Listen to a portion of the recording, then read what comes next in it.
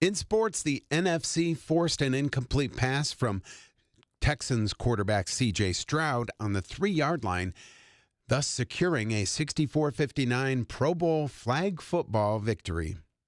And NHL All-Star Weekend has wrapped up. Team Matthews earned a 7-4 victory over Team McDavid in the 3-on-3 All-Star Game finale. Here's your Moody Radio Cleveland forecast. Patchy fog this morning, otherwise mostly cloudy. Highs in the upper 30s. Currently, we've got cloudy skies, 34 degrees in Cleveland. It's clear over Akron, Canton, 25 the temperature. And Worcester reporting a fog and 30 degrees. It's time for your moron moment. When words just can't express it, use emojis. And to find an emoji keyboard, press Control Command Spacebar to control or to access an emoji picker on a Mac. Now on Windows, it's a little bit easier. Windows key and period will open the emoji screen. It also offers a host of other options like those unusual symbols that are not found on a standard keyboard. And that's your Moron Moment. And you'll find that on our Facebook and Instagram. It's 6:03. With Moody Radio News, I'm Ron Eastwood.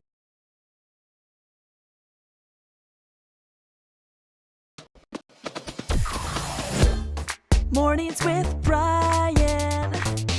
Moody Radio Cleveland. 103.3 at 6 to 9 a.m.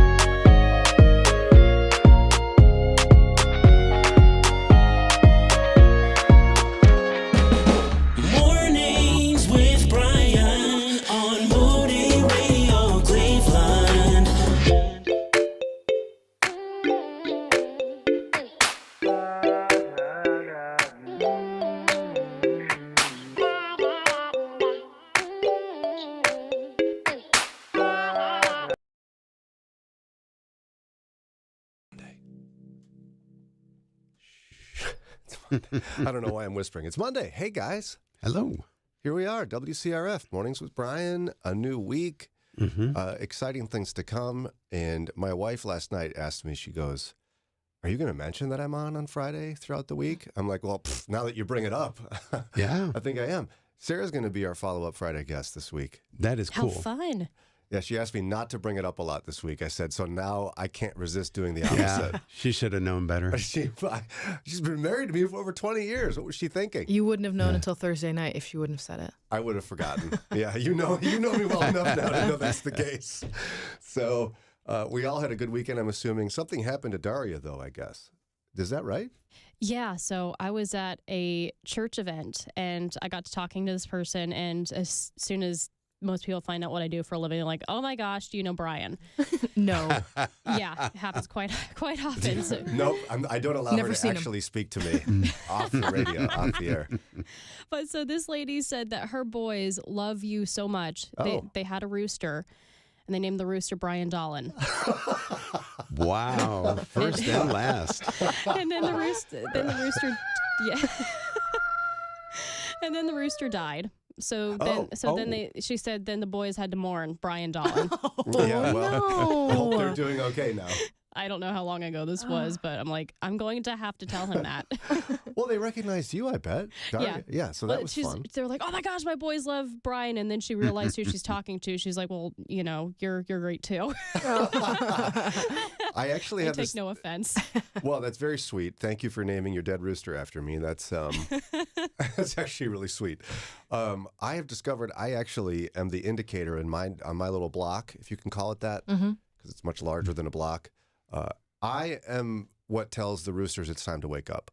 Oh, really? Like I've noticed, somebody's going. Like we have one rooster, and there's no way for him to know I'm coming outside unless he has good hearing. Do chickens have good hearing? I don't know. I never asked them. I've never looked it up.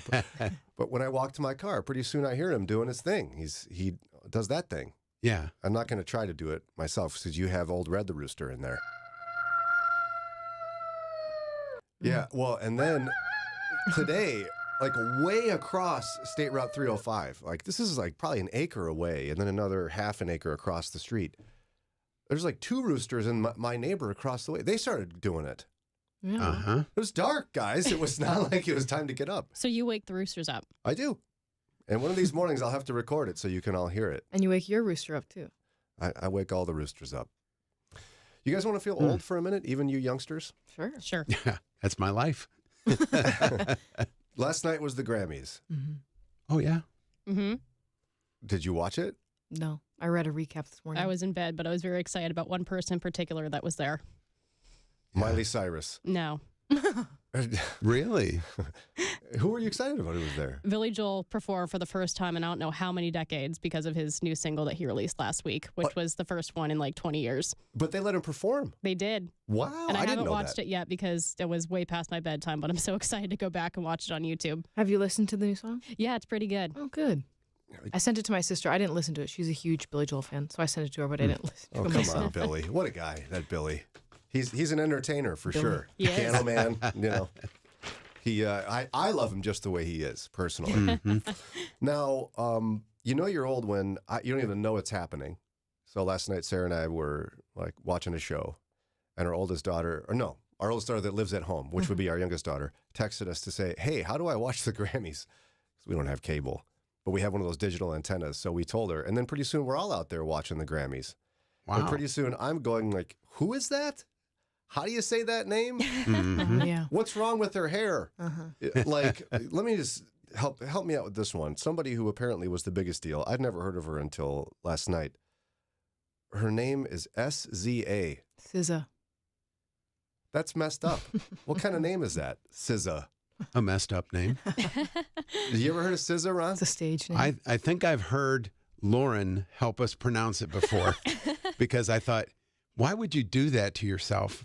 Yeah, it's rough. Her parents couldn't have done that. No. It's got to be They a would stage have had to have been, excommunicated from life for naming your child that. And then they do this whole mashup of this person, and I'm like, what in the world? What's her name? And it's Her real name is Solana. Solana Yeah. Imani Rowe. Okay. But that's such a nice name. That's why would beautiful. you? Why would you go with SZA? Yeah, why would you take out all of the consonants and the vowels and then add one at the end? I don't know what that's about. And then she started But performing. as much as we've tripped over it and stumbled over it and everything, we've spent, 3 minutes trying to figure out her name. So it's brought that much more attention. And when you're trying to break through in a field that's dominated by normal name people like Justin Timberlake or Taylor Swift, you got to be something weird to cut through. This isn't. This day and age, yeah. So I'm like, kids these days and their names. You know, but she starts performing, and then she's one of those people that I'm sure she has a great voice, but there's so many like vocal effects they have set on her voice. It's like, what do you really sound like? I don't know. The kids love her though because she won some awards, I guess. Yeah, she's a big deal. And then we're watching Miley Cyrus win something. She's already weird enough. What happened to her hair? It's like she stuck her finger in a light socket. Bam! Her hair sticks out. It's lots of hairspray. It's like we're back in 1983 again. Everything it comes back around. It's coming back. That was also the first Grammy she's ever won, surprisingly. Really? Was it for Flowers, I'm assuming? Yeah. Yeah, no Which surprise there. I was Record of the year. surprised you mentioned her name. I thought, isn't she out to pasture? Isn't it like Frank Sinatra and Miley Cyrus? No. She's cool again, Ron. She's cool. Yeah, she had a big again. comeback. And she actually took somebody else's song, changed some of the lyrics, and won a Grammy for it. Yes. Which was Bruno Mars had a song, and then she changed it, I guess. That's the most I know about it. Yeah. Taylor Swift won, so football fans are even more upset now. She's over there ruining football in their opinion, which makes me laugh. It's like, guys, calm down. I mean, I don't get that. I'm seeing all the backlash against backlash that I've never seen. I mean, I don't want to see Taylor Swift at a football game, but they cut away to her, if at all, a couple seconds here or there. It doesn't make a difference. People are mostly mad. My father-in-law is from Kansas, so he's kind of in on this drama. They're mostly upset because now actual Chiefs fans cannot get tickets because you have all these people who have never watched football a day in their lives trying to get Chiefs tickets to go see Taylor Swift. Oh no, your favorite football team is making gobs of money. Oh no. Yeah. Oh. Again. There was a report that she made a ton of money for him this year. Yeah, the Chiefs are in 3 out of the last 5 Super Bowls. They're kind of, a dynasty at the moment. So everybody outside of Kansas does not care for them. And then, now, so what? You got a famous the Lakers for years had Jack Nicholson on the sidelines. The Knicks then had Spike Lee sitting on the sideline. Nobody complained about that, did they? I did. I said, I don't want to see him. You did. But, I feel like at basketball games they always cut away to like who's on the floor. I was watching like last week and I was like, oh, there's Drake. Oh, there's I this wouldn't recognize him. comedian guy. I forgot his name. I just don't get it. Why? I mean, I'm not a big sports guy. I don't get it. You're mad that famous people like your thing. What? Well, it's her Stop it. boyfriend. It's not even that she likes it. She's just supporting her boyfriend. Which is Is kinda that sweet. okay? People Yeah. just love to hate on Taylor Swift for reasons, I guess. And you got 2 30-year-old, a millionaire in his 30s interested in a billionaire in her 30s. Let him be. Yeah, it's a perfect match, isn't it? Yeah. Let him be. She can cheer, She can cheer. And Ron's if you're a little wound up this Let morning. her cheer. yeah, if you only got her 10 seconds or 20 seconds in a game, no problem. If I'm missing the game because let's watch Taylor Swift powder her nose. No, thanks. Yeah. But they're not doing that. It's just Yeah, I think someone did an analysis of like the last game, and it was like all of 26 seconds, the entire game that she was seeing. Which, by the way, the actual playing time in football is it's just 27 seconds. It's bad. Like, no offense, but if you're a football fan, I've seen the analysis before, and I think it's 11 minutes. 11 or 12 minutes of playtime. actual football happens in your 6-hour game. So, well, it's the a community. 3-hour game. Got 1 hour him, clock got him. time. oh, okay, Ron. But correct me, Ron. You like football? Yes, I do. And you're probably close to accurate. From the point the ball is snapped to the point the referees blow the play dead. But there's a lot of time in between. Run back to the huddle. You huddle up. There's the strategy of calling hut, hut, hut. And if you stagger it just right, you get the defense to jump offline. You get free yardage for their penalty. I'm glad you're speaking up for football fans. This is go ahead. Yeah. Everyone else's eyes in this room have just glazed over, for the record. Yeah, because like to me, I could watch a couple of guys like slap each other, or we could take a quick peek at Taylor Swift up in her box. I don't. What's the difference? For you. The slapping. A slap fight would be interesting. Slapping in football. Professional slap fight. I would like to see also, not that anyone cares what I think about this, because they don't. They'll get mad. Can we just take away the flags? Just take them away. Oh. Can we play football? Because whenever I take the moment to go, maybe I'm going to give this a try again. I watch, we line up, we slap, we move around, we start a play. Oh, whistle blows, flag flies in the air. Everyone's throwing a flag. We wait for 10 minutes to find out what the penalty was. We line back up, and then we actually do what we planned on doing. And then the cycle repeats itself. Yes. But can we just peek at Taylor Swift? That's more interesting, to be honest with you. Oh, my God. Wow. Okay, sorry. Go ahead, Ron. Speak up for the people who are mad at me. You can do that. Not that you need my permission to do Yeah, Lord help me. Without the penalties, people would cheat. I mean, they naturally look for the advantage. They're cheating all the time. What if they Offensive just agree linemen to are stop always cheating? holding Myles Garrett. Why don't we just agree to stop cheating and play football? But they That's not how won't. people are. Yeah, I they're suppose. human. Oh, so this is a theological thing. Mm-hmm. Yes, as Billy Joel might say, they're only human. They're supposed to make mistakes. That's a deep cut there, Ron. It all comes full circle. Football, Billy Joel, Taylor Swift, the Grammys. Miley Cyrus, SZA. It's all coming Say around. everything we've already said this morning. And actually, what we got to do here in just a minute, I can't resist the opportunity to tell you about. There were just Christians win Grammys. Yeah. Like Sarah and I were debating this last night. She's like, "No, it's the Doves. They win a Dove award." No, and I said, "No, that's separate. That's a both. different award. Christians win Grammys. Mm-hmm.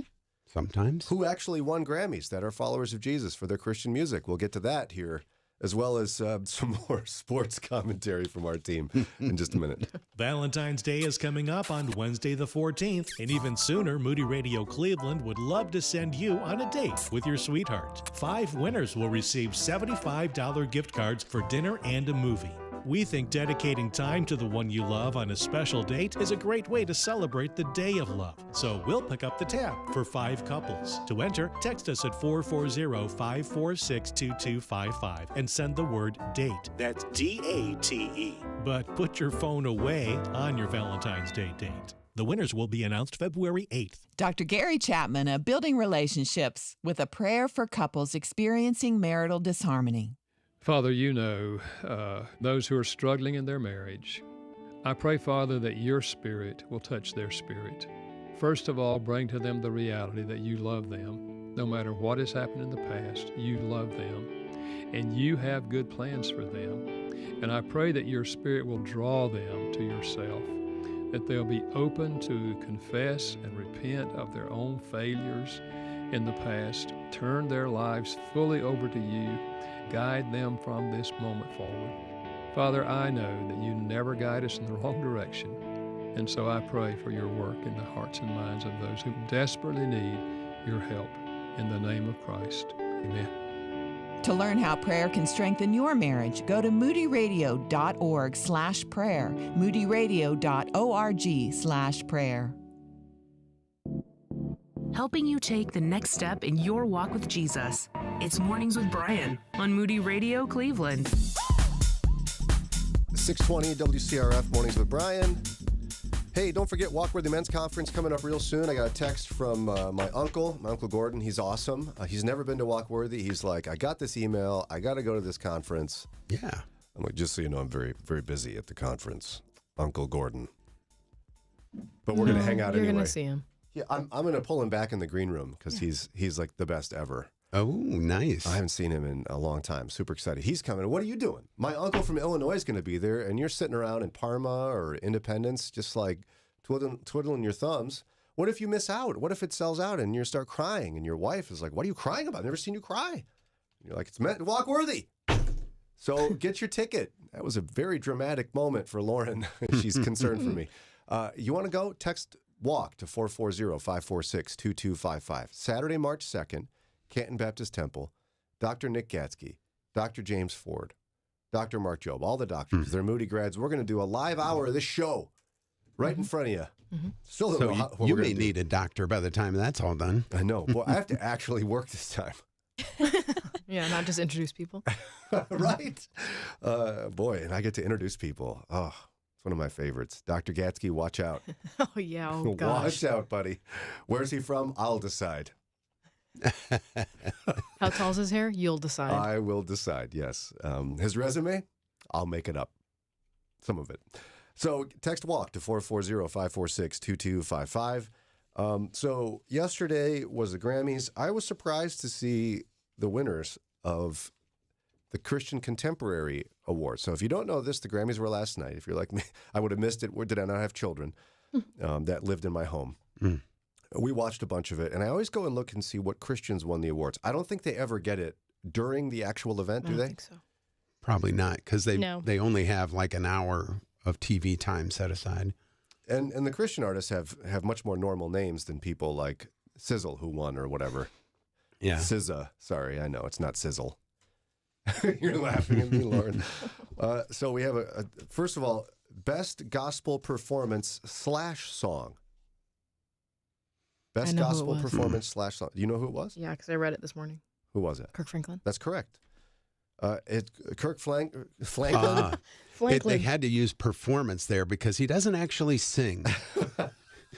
It's one of my favorites. The best gospel, shout out the lines before your choir sings it, performance. Yeah, it's like his stage name could be Spoiler Alert. I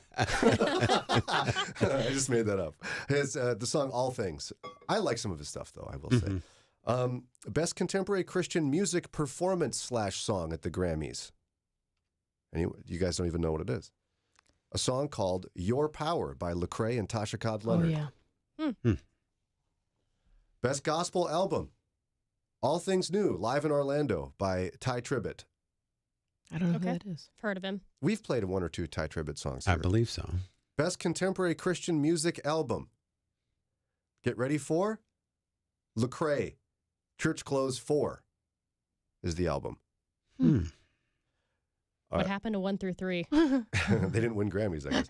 Best Roots Gospel Album. Back from forever ago, Blind Boys of Alabama won again. Ah, yes. They win a lot. Yeah, they do. They're actually blind, by the way. Oh, You didn't really? know that. Yeah, And they're from Alabama. Alabama, yep. But I believe they're grown men. Oh. Right, yeah, they've always been, though. Well, and I think they've cycled through a number of people. Like, if you go see The Temptations, spoiler alert, it's not the same guys. But I find this absolutely fascinating who the Grammys chose, because here's the other awkward question. Now, we have somewhat of an excuse because we're mostly teaching and talk here, but are Christian stations playing any Lecrae right now? Not that I I don't know think so. of. but- Lecrae is rap, so that's outside of what we play, which is CCM. Although Lecrae and Tasha Cobbs, I haven't heard that song "Your Power," but Tasha Cobbs, we've played her stuff here on this station. A lot of Christian stations don't play any crossover gospel, though.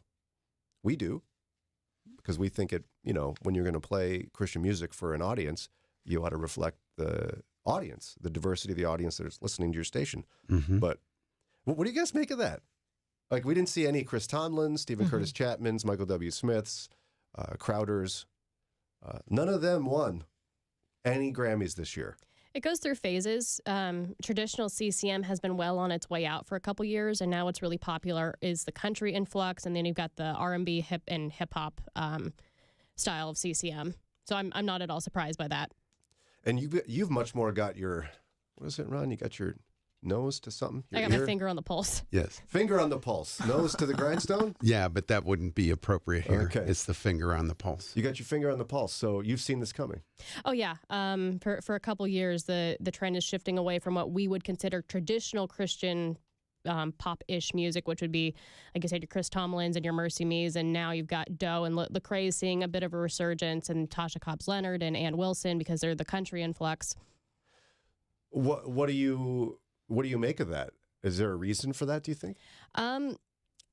The quote-unquote traditional CCM artists have just been around for a really, really long time, and they sound very like each other. So people are just kind of into a new sound. You're seeing more of a diversification. You're seeing more artists of color, which I think is really, really cool. Blanca has seen a recent resurgence. She's a Latina artist who does a little bit more of the R&B, and her stuff's really, really cool. So it's nice to see these other voices get lifted up. I would agree. It's one of those weird things that there's a big pile of Christian contemporary artists that it's somehow they've gotten squeezed into the same funnel, and what comes out of the funnel is the same thing. Yeah. Mm-hmm. Like there's a particular sound. It's like, did someone make you do that? Like, how did that happen? And I'm not trying to be rude. I'm just saying, like, and I think any music category can do that. Mhm. A lot of country artists too. It's like, hey Right. guys, is there like 12 different phrases we use here? And do we squeeze them all into every song, or what do we do here? And I like country music, don't get me wrong, but I guess there's a consequence to the commercialization of CCM over time, where more and more record companies decide what we want to hear, and pretty soon we don't want to hear it anymore. Or we're all getting old and the kids like something different than we did. Is that it too? I think that's got something to do with it because like Chris Tomlin and Mercy Me, they've been around for a really long time and they are getting older. I mean, even Toby Mac, I would classify him as in a has-been category by now, which is where it's like, oh my gosh, it's Toby Mac. No, Toby Mac has been around for a really long time and he's not put out anything fresh or new in at least 10 years. So it's I think it's really encouraging to see the industry finally catch up with what the listeners want. Yeah, and there it is, Lecrae winning a bunch of stuff. Watch out, Lecrae, congratulations. I actually met him a few years ago. Basically, I won a Grammy last night. He was here in Northeast Ohio for a big event. Janelle I've met and I him too, so Lecrae. what do you want? Yeah. What did he say to you? Hello? Oh, I think he said more than that to me, for what it's worth. He's tall. He is very tall. I was a little surprised by this. Him and Chris Brooks and Chris Fabry should get a picture together and see. Could be the tall picture. I looked like a little puny shrimp next to most people, but specifically Lecrae. Ron, you'd be happy to know Joni Mitchell finally won something. Oh, good for her. Are you excited for her? I didn't know if she was still alive or not, but they give posthumous awards as well. But yeah. No, she's alive. She won Best Folk Album. And you've been saying all these years, you go, look at them, they're paving paradise, putting up parking lots. And yeah. You took that from her, didn't you? Yep. Amy Grant took it from her, and that was 30 years ago. Maybe she'll win next. Yeah. You just got to look at music from both sides now. You do. Yes, this is true. In that thought, the Beatles won something. No, they Wow. didn't. I have to go find it again, but I was... Oh, because they released a new song, Yeah, right? they released a new song. Sort of? Oh, Yeah. that's right. It was something that it was like something previously unreleased. Was that it? They like recorded some, and then what's his name added some this year. Paul McCartney Yeah. added some this year. Yeah. Good old what's his name? The one that's alive. No, there's two There's alive, two alive. actually. Ooh, yeah. Ringo and Paul. You know, if the Beatles come out with a new song in 2023, I think they automatically get an award, don't they? Isn't that how that works? They're the Beatles, so yeah. They won for Best Music Video. Fun fact about my family, when they first went on Ed Sullivan, my mother saw it happen. Her mom happened to be a hairdresser, right? And had her little shop in the basement of the house. As soon as the Beatles were done, my mom went right down in the basement and cut her bangs. Your mom is a trendsetter. My mom went to school the next day after they did whatever song that was on Ed Sullivan, and she looked exactly like a Beatle. Wow. That's how hip she was, my mom. When Trey's hair gets a little too long, he looks like a beetle. Does he really? Yeah. You know, I think it's I like can see long that. sideburns. Yeah.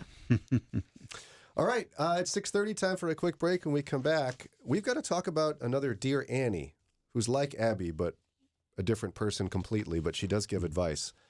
There was a husband who wasn't doing a whole lot around the house. It's a problem that happens still. Yep.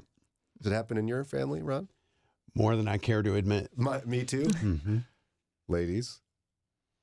Not at my house. No. Wow, their husbands are listening, I think. Nope. It's 6:30. We'll get to more on this and this woman's creative solution. We'll see what we think of it here in just a minute. I'm Cindy Farini, and this is Pause for Prayer. Joseph spent 20 years in Egypt after his brothers sold him. I guess it took that long for him to be prepared to be in charge, to save his family from famine. Do you ever wonder what those 20 years were like for him? Do you ever think that they were fun, pleasant, easy, or comfortable? Those 20 years were very difficult. He was without family, he was persecuted, jailed, mistreated, lied about, and falsely accused. I believe he was able to be victorious because he kept his eyes off himself and on the Lord. He was able to see that his sufferings were momentary afflictions and a part of God's greater plan in his life. Let's pause for prayer. Lord, when I complain or hear others complain about momentary afflictions or minor discomforts, I sometimes wonder just what you must think. We have such a way, don't we, Lord, of whining about things that are so small. We complain and whine about things of much less difficulty than what Joseph endured. Help me to focus on you instead of myself and instead of my problems this very moment. Help me to take my eyes off of myself and look around me to see the beauty in the things you have made and to rejoice that you give us only what we can handle and only for our good so that we can glorify you. Help me to see the things from your perspective like Joseph was able to do. Help me give you praise and to let my life, even through difficulty and pain, reflect your love and kindness. Let me always realize that others are watching and taking note of how we respond as your child. Let me realize my actions and responses are an indication of my trust and dependence on you, and may I lead others to you because of my trust and surrender to you as my Lord and Savior. In Jesus' name we pray. Amen. When CareNet conducted a national survey of hundreds of women who'd had an abortion, a stunning statistic emerged. 4 out of 10 women who chose an abortion were regularly attending a church at the time. Abortion isn't just an out-there issue in the community, it's inside the church. Making Life Disciples is an exclusive CareNet curriculum designed to equip churches to provide compassion, hope, help, and discipleship to women and men considering abortion. Making Life Disciples is a simple, easy-to-access training that allows your church to begin a gospel-centered approach to caring for the abortion vulnerable. Transform your church's response to abortion, form a network of security for people at risk, and become a central point of compassion in your community. Learn more about the Making Life Disciples curriculum at care-net.org. Search Making Life Disciples at care-net.org.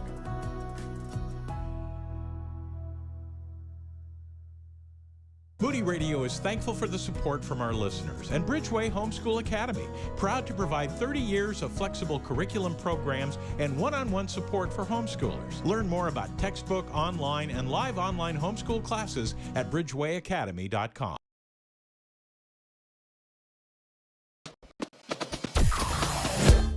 Mornings with Brian.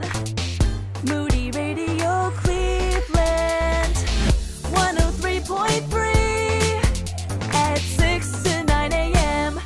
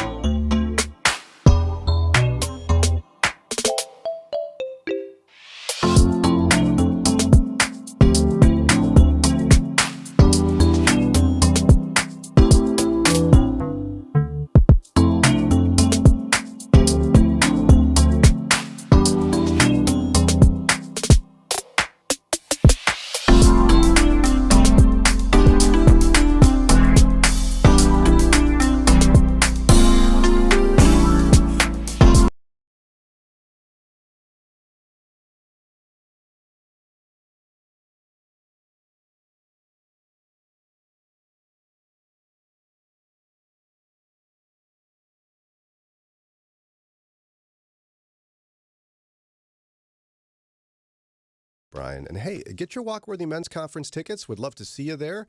You can hear some powerful preaching, and I'd highly encourage you to bring a friend who's open spiritually but not saved yet.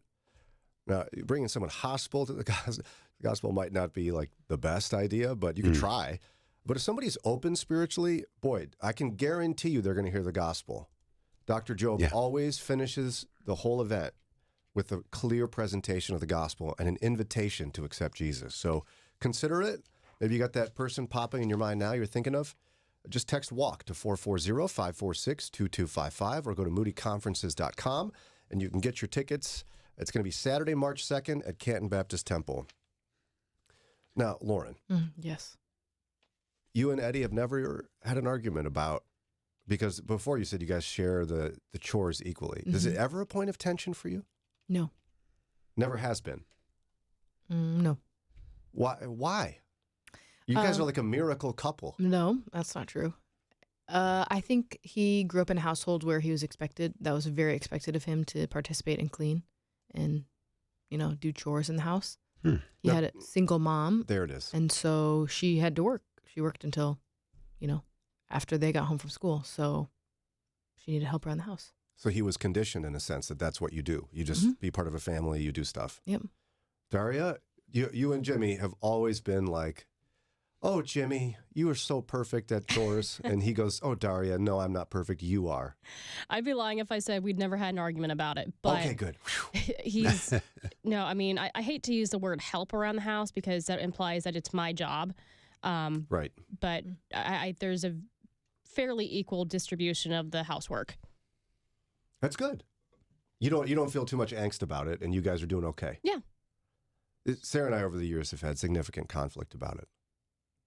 And I think part of it is because we organized our family in a very traditional way at first. And the problem became me. Like when we transitioned from Sarah being a stay-at-home mom, where it's a really hard job, we don't need to go down that road. Everyone knows it's a hard job.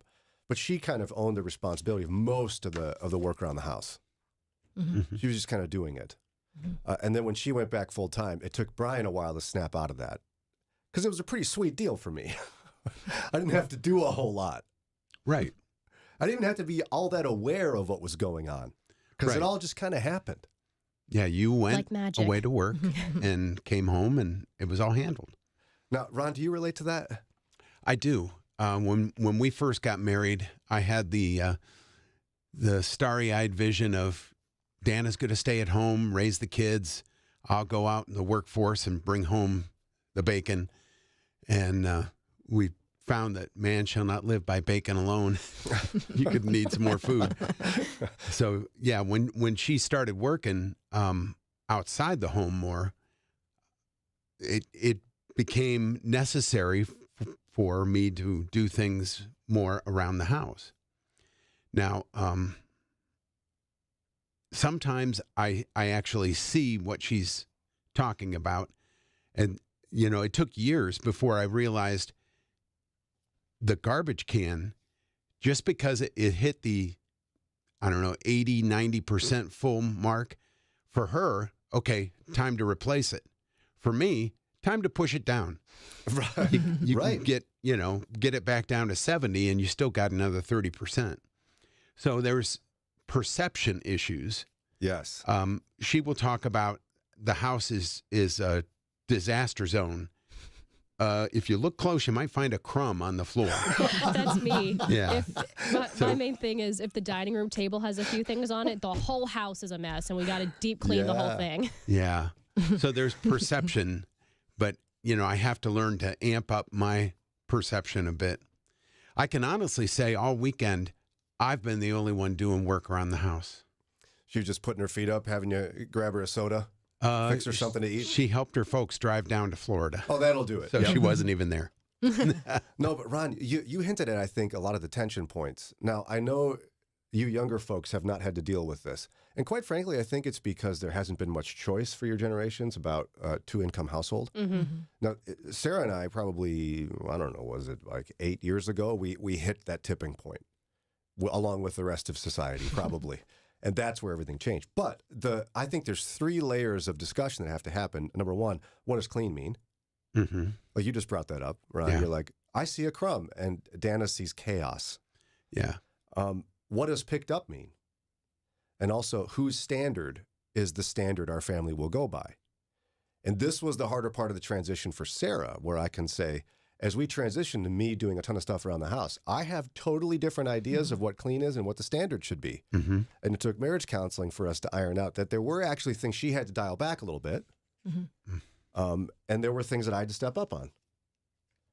But I think a lot of families don't get past some of those argument points. Yeah. A lot of guys, for some reason, are not getting the hint. Enter Dear Annie. Check out this situation, and then we're going to chat about it together. Dear Annie, this was at Cleveland.com, by the way. I empathize with many women who seem unable to persuade their husbands to participate in shared responsibilities. I face the same issue even though my job came with considerably more responsibility, as well as a higher salary. No amount of discussion with my husband changed the situation. Although I loved my husband dearly, I found myself feeling more resentful toward him over time. After 15 years, I hit on a solution. I thought long and hard to identify which activities I could give up that would impact only him. I continued doing laundry for myself and the children, but stopped washing his clothes. I started using the kids' bathroom, which I continued to clean, but I stopped cleaning the master bath that my husband continued to use. I continued to do the shopping, but no longer bought his favorite snacks and drinks. That's petty. The immediate result for me was that I stopped feeling so resentful. It didn't take long for my husband to notice the change. He never mentioned it to me, but started doing these things himself. He eventually started doing more. And now, fast forward, she says, after 42 years of marriage, we share our responsibilities more or less evenly. He might have reacted very differently all those years ago, but the bottom line is that my growing resentments also could have destroyed the relationship. I'm thankful that I had the courage to stop enabling the man who I love so dearly. Signed, Getting Him to Help. We'll analyze this strategy together here coming up in just a moment on Mornings with Brian. Moody Radio is on the air thanks to support of listeners and Hawkins Sales. They've been serving the electrical industry nationwide for over 30 years. More information about Hawkins Sales is at hawkinssales.com. If you are 65 or older, you know this. Watching your hard-earned dollars fly out the window on healthcare costs is so frustrating. But here's some great news. If you were just notified that your Medicare costs are increasing, a program out there can really help you with your medical bills, and it's worth taking a minute to look into. MediShare 65 Plus. It's not insurance. Members actually say it's better. It's a Christian healthcare community that aligns with your faith and where people encourage and pray for you.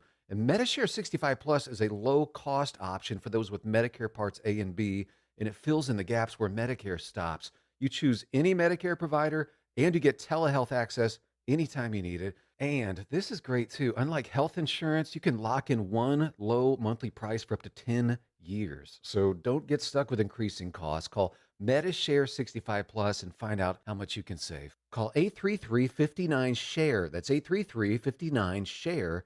833-59-SHARE. Bringing Northeast Ohio and Western Pennsylvania closer to Christ, one conversation at a time. It's Mornings with Brian on Moody Radio, Cleveland. Heyo, 646. Single people on Valentine's Day. What are they supposed to do? Well, we talked with Lisa Anderson about that recently, and we'll listen to it here in just a couple of minutes, right about 7 o'clock after Ron's news. And for now, I want us to analyze this. Now, I think most Christian couples, and most couples for that matter, have a measure of compatibility that works. Mm-hmm. But it's the little things that can destroy a marriage.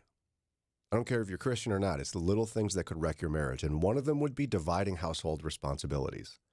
You can build up tons of resentment if you feel like you are doing most, or not even feel like, if you're doing most of the work. Mm-hmm. Because that can happen. It happened in my marriage. Ron, you said it happened in yours for a while. Like, there was this funny part where, just to be transparent about it, Sarah goes back to work, and she had done the meal planning and grocery shopping. And so she goes back to work. I'm working hours where I'm home by like 1 or 2 in the afternoon. And for some reason, we had a pattern for a while where I didn't even pick up on this, where she had still done the meal planning. and like gotten all out things for me to prep the meal. What? What's wrong with me?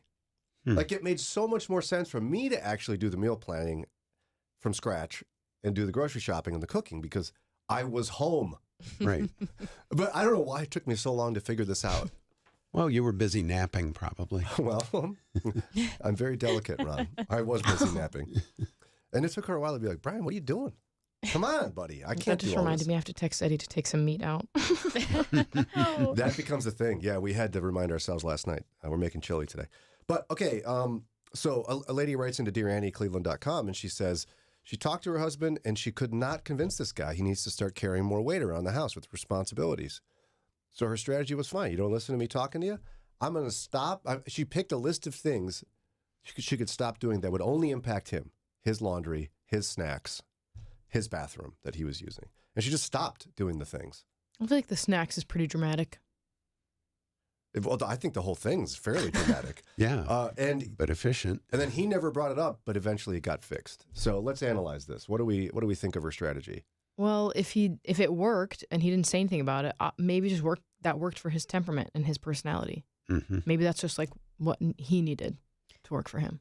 Yeah, I would not use that as a blanket recommendation. That feels like a way to build hostility and breed more resentment in your marriage. I mean, I don't know what to do if like your husband's just flat out not listening to you, but I'm not sure that resorting to being petty is the answer. Yeah, because it was a little bit, right? Mm-hmm. Not a little bit. It was a lot. Yeah. I'm a little troubled that he didn't say anything either. Yeah, that is. Yeah. It's a window into their relationship I have to wonder about, right? Where there's so much unspoken stuff. Mm-hmm. Like, is he resentful? Yeah. No, all these years? I feel like a better way to approach it would be like, listen, I've tried to talk to you. I can't seem to get through to you. So this is what I'm going to do so you can learn to appreciate what I do. I feel like it may not be the best course of action, but I feel like at least having that conversation instead of just stopping doing whatever you're doing would potentially be better. Yeah. And I wonder if after he finally got the hint and started doing things, if she gave him verbal praise for that, said, I've noticed that you've, started doing your laundry and helping out. I really appreciate that. So that he got a reward in a sense for stepping up to the plate. You like that, ladies? Like what? The idea of noticing and encouraging. Yeah, I did it yesterday. Eddie did a bunch of stuff around the house. So at dinner, I just reached across the table and touched his hand and said, hey, thanks for doing all the stuff around the house today. Oh. I actually like how you did that, where you said you reached across the table and touched his hand. Yeah. Why did you do it like that as opposed to, hey, great job cleaning today, Eddie. Pass the salt. But no, I mean, serious too, though. I'm silly, but it's serious. Yeah, I think just to emphasize, I'm being serious. I'm not just saying it as a passing comment. I really do appreciate that he did all those things. Yeah, because it can, when you're in a conflict in marriage, maybe there's stress, it can feel like someone out of obligation said something to you. Yeah. Like, hey, yeah, Sarah, great job cooking today. Yeah. Thanks for taking out the trash. Yeah. But you paused and looked him in the eye and touched his hand. Oh. Yeah, men really do need verbal praise. I know some women like to complain about that, but everybody likes to be praised. And I think that's just how a lot of them are. Yeah. And if he's heading in the right direction, why not give him some encouragement to keep going that direction? Don't leave him wondering, is this what she wanted? But let's back up a couple of steps here. So if we go back to the original problem, she felt like she was doing the lion's share of the work around the house and had tried to talk to him. We don't know how she did that, and it wasn't working. Now, we don't her method worked. Doesn't mean it's best. No. What would have been better? Like, what would you all have done if you found yourself in that predicament? Because we're all supposed to love our spouses sacrificially, despite how people take it out of context. Ephesians indicates you ought to submit to one another. Mm-hmm. I think you could, similar to what Daria said, say, hey, this is obviously me asking you to do stuff is not helping. You're not doing anything about it. So I'm going to stop doing these things. I would like you to start doing them. And here's what I'm going to do. I'm not just stopping everything. Here's the things that I'll do. Here's the things that you can do. That would be helpful. And then I need a list. Yeah. I'm obtuse to a lot of the things that Dana sees. So if she will write down, And don't make it, over the next month, I need you to do these 50 things. But instead, today, can you do these 1 or 2 things? I'm good at that, and I feel good when I can cross them off the list and be like, yes, trash is down at the street, or the cans are back up in their place. Whatever it may be. Laundry has been hauled upstairs and distributed. Those things, then I get them done because I know I see the list, but out of sight, out of mind. I think maybe marriage counseling would have been helpful, because he's not just not doing something that you want him to do. He's actively not listening and ignoring you. So you've got potentially other problems in your marriage, and I'd be really curious to know why he thinks he doesn't have to step up and do the chores. And if you do some digging, it's probably because his mom didn't expect him to do much growing up. There it is. I was wondering the same thing, right? Like, I mean, she could have, before counseling, she could have even, rather than say, I need you to do this list of things, it could have been, hey, I've been asking you to help out more around the house, and I haven't seen a change. Why aren't you helping out more? And be actually open to the response.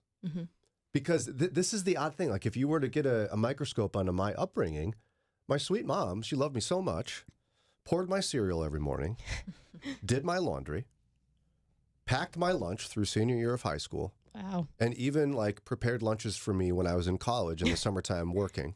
Wow. Like, and I got to be honest, a lot of moms do stuff like this. A lot of moms are very, maternal. And they spoil, especially their little boys. They just spoil their little boys a ton. Yeah. And the consequence is you become a man and you're like, things just happened when you were a kid. I mean, I know it sounds ridiculous, but things happened. Yeah. Like, if you missed the garbage with that Kleenex, it ended up in there.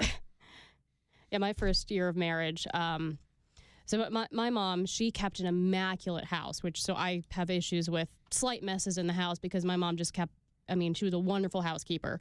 My first year of marriage, I came in thinking I'm going to be this ultra traditional wife. I'm going to keep the house clean and my husband's not going to do much because that's what my mom did. My mom was a stay-at-home mom till I was 12. When Jimmy and I got married, I was working about 50 hours a week. So that blew up in both of our faces very, very quickly. How long did it take for that to happen? Do you think? Probably about 6 months, because I was doing everything because I thought, I'm a wife. That's what I'm supposed to do. And I had a husband who was willing to help, but I wouldn't let him because this is what had been modeled for me. And he probably couldn't keep up, to be honest. Right. At the pace you were going. If you're anything like Sarah, it's like, I can't keep up with her pace sometimes. It's not that I wouldn't do it. It's like, whoa, it's done. I was going to do it. So were you just boiling for 6 months, slowly? I think so. It was a lot of resentment where I need to do this, but I was also mad that he wasn't doing anything after I told him not to do anything. Did you tell him you were mad at him? I can't remember how it all came to a head, but we are in a place where there is a much more equal distribution of the household labor. Yeah, and quite often the way it happens, and I believe you don't remember how it all came to a head, but somebody melts down usually. And the other person is totally shocked. Like, whoa, what happened? Yeah. What? Are you all right? And you haven't listened to me? Or, and I appreciate your being real about that, because that's how things happen. I'm like, Ron, it just, sometimes you got to beat me over the head with it. It's not that I don't want to help. I just don't see it. Right. I wonder, though, like, as much as I think it would have been better for Eddie, and I'm sure he would have loved to have an intact family as opposed to a single mom raising him. And that's God's ideal, right? How do we create intact families that instill the kind of work ethic and help around the house that Eddie got? Like, he learned that by default because his mom just couldn't do everything. Right. It's not that his mom didn't want to spoil him. So how do we do that? Like, have you figured this out for your little boys yet? Have you got the plan in place where you're not going to, because it's going to be hard not to spoil your little boys? Well, I had a second child because I saw as soon as I had one that it was going to be too much, that I would spoil him too much if there was just one. Yes. Was that one of the reasons? Oh, yeah. I was like, wow, I love this person too much. I can't. I will harm this child with my love if I don't have somewhere else to disperse the love. So, we make sure I clean up after himself. He's only 3. Not everything. We help him. He's just not, capable of doing it all by himself. But we're like, hey, do this one part of the toys and we'll come alongside of you and do the rest. But you do have to clean up after yourself. And so just being a part of it. And right now he's 3. He loves helping clean up, but... You do the cleanup song? Is that what gets him going? No, they do that at school, though, and so he'll sing it to himself. So. Oh, cute. But that's great that even though he's 3 and his capabilities are limited, he's got this in his mind that this is what's expected of me. Yeah. Well, I mean, we'll ask him to take his like snack tray to the counter or something in the kitchen, you know? It's like, oh, we just clean up after ourselves. Can you go put it? I'm not expecting you to put it in the dishwasher. Eddie's going to fix it anyway if you put it in the wrong way. So just put it on the counter and we'll get it after that. But you do need to, take stuff to the kitchen when you're done with it. Yeah. And, I think your children watching Eddie be an equal participant will help. Sarah and I have even, it's a silly little thing you learn in counseling too, but it's thank yous matter. Mm-hmm. You talked about that, but we'll do it in front of the kids. Yeah. If the kids will look at Sarah and go, "Oh, Mom, dinner's good. Thanks so much." She'll be like, "No, I didn't make dinner. Your dad did. Thank him." Mm. And then she'll thank me. We try to do these little things. Yeah. No matter what someone's doing, we have to express a moment of stopping and looking them in the eye and thanking them sincerely for what they did. And it makes a difference, and I think models that for kids as well. And the other thing that amazes me is how little couples talk about things. Yeah. I think I told you that last week. Did you? Yeah, since starting working here and hearing what people go through, I'm like, why don't people just talk to each other? I know it's hard sometimes and it feels uncomfortable and you feel vulnerable, but I feel like just saying what you feel and putting the issues out in the open fixes a multitude of things. Well, they should know, Lauren. You shouldn't have to ask them. That's silliness. But everyone, have you heard that before? Yeah. I mean, it happens all the time. People are like, well, if he saw how much I did and appreciated it, he would do more or say something. To him, it looks like you've got it covered. So why does he need to step in? We presume a lot of mind reading. I've done this. Sarah's done it. It happens all the time. But it's like, goodness gracious, talk to each other. It's one of the simplest ways to solve issues. And if you can't resolve an issue by talking about it, that's when you bring in a counselor. And then they'll help you resolve it. They really will. Our marriage counseling has become often, we're going to bring a conflict to our counselor that we can't resolve. We just put on hold and we bring it to the counselor and she helps us resolve it. And it works. Because she usually finds both of us at fault for something. Yeah. You need to think about this. You need to think about that. And have you thought about this? No. It's amazing. So talk to each other. It's a novel idea, but it really does make a difference. But I think you have to do so with humility. Mm. If you talk to somebody and you're all wound up and you're ready for them just to admit what they're doing wrong, it's not going to go well. You got to be honest about sharing and correct me if I'm wrong on this, sharing, this is what's bothering me. I'd like to talk about this. Can you help me understand? Well, knowing if you extend benefit of the doubt, you will misunderstand something. You got something wrong, or it's not going to be easy to resolve. Team, thanks for being so honest. I appreciate that. It helps. It is 7:00, and you can actually test Sarah on Friday on this one. Sarah's going to be here.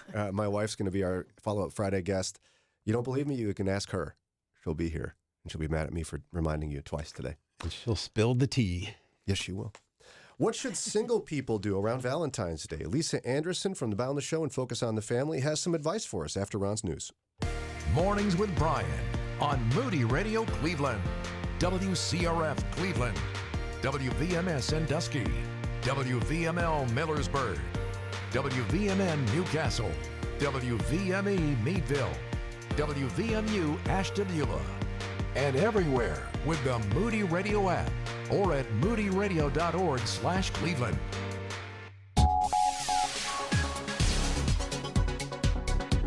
President Joe Biden is victorious in the first Democratic presidential primary in the nation. It's 7:01. I'm Ron Eastwood, Moody Radio News. Polls closed in South Carolina Saturday night, and Joe Biden saw an overwhelming victory over Congressman Dean Phillips and author Marianne Williamson. Now, the Republican presidential primary in South Carolina doesn't happen until February 24th. Authorities in Garfield Heights say a woman was suicidal when she fired shots from her vehicle Saturday night on I-480. Police were first notified about the woman through a call made to them by the woman's family. A portion of the interstate was shut down for a time as police dealt with this issue. And the Ohio Department of Commerce is encouraging residents to check and see if they have money waiting to be returned. The money could come from a variety of sources, including inactive bank accounts, uncashed checks, utility deposits, and more. A link to search is available at unclaimedfunds.ohio.gov. I'll be right back with sports and weather. Walk worthy. The Apostle Paul encouraged us in Ephesians 4 to live lives worthy of the callings we receive from God. And we at Moody Radio Cleveland want to encourage you to attend Walk Worthy 2024.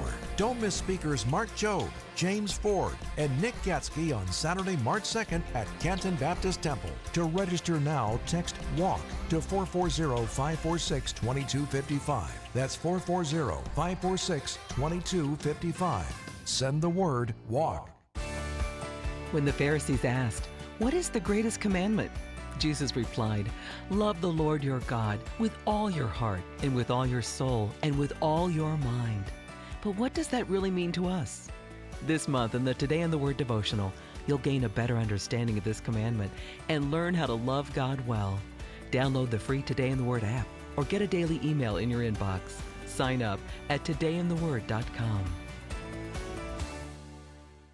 In sports, the NFC forced an incomplete pass from C.J. Stroud on the 3-yard line, thus securing a 64-59 Pro Bowl flag football victory. And NHL All-Star Weekend has wrapped up. Team Matthews earned a 7-4 victory over Team McDavid in the 3-on-3 All-Star Game finale. Here's your Moody Radio Cleveland forecast. We'll have patchy fog this morning, otherwise mostly cloudy. Highs will be in the upper 30s. And at last check, it was cloudy and 34 in Cleveland. Clear skies in Akron, 27 degrees. And in Ashtabula, it is cloudy and 33. It's time for your moron moment. When words just can't express it, use an emoji. And to find an emoji keyboard, press Control, Command, and Spacebar to access an emoji picker on a Mac. On Windows, just a little bit easier, Windows key and period, and that will open up the emoji screen.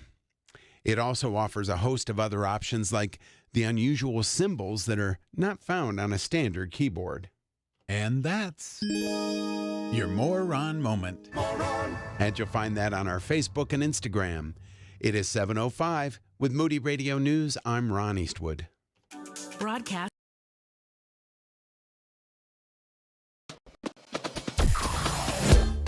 Mornings with Brian. Moody Radio Cleveland. 103.3 at 6 to 9 a.m.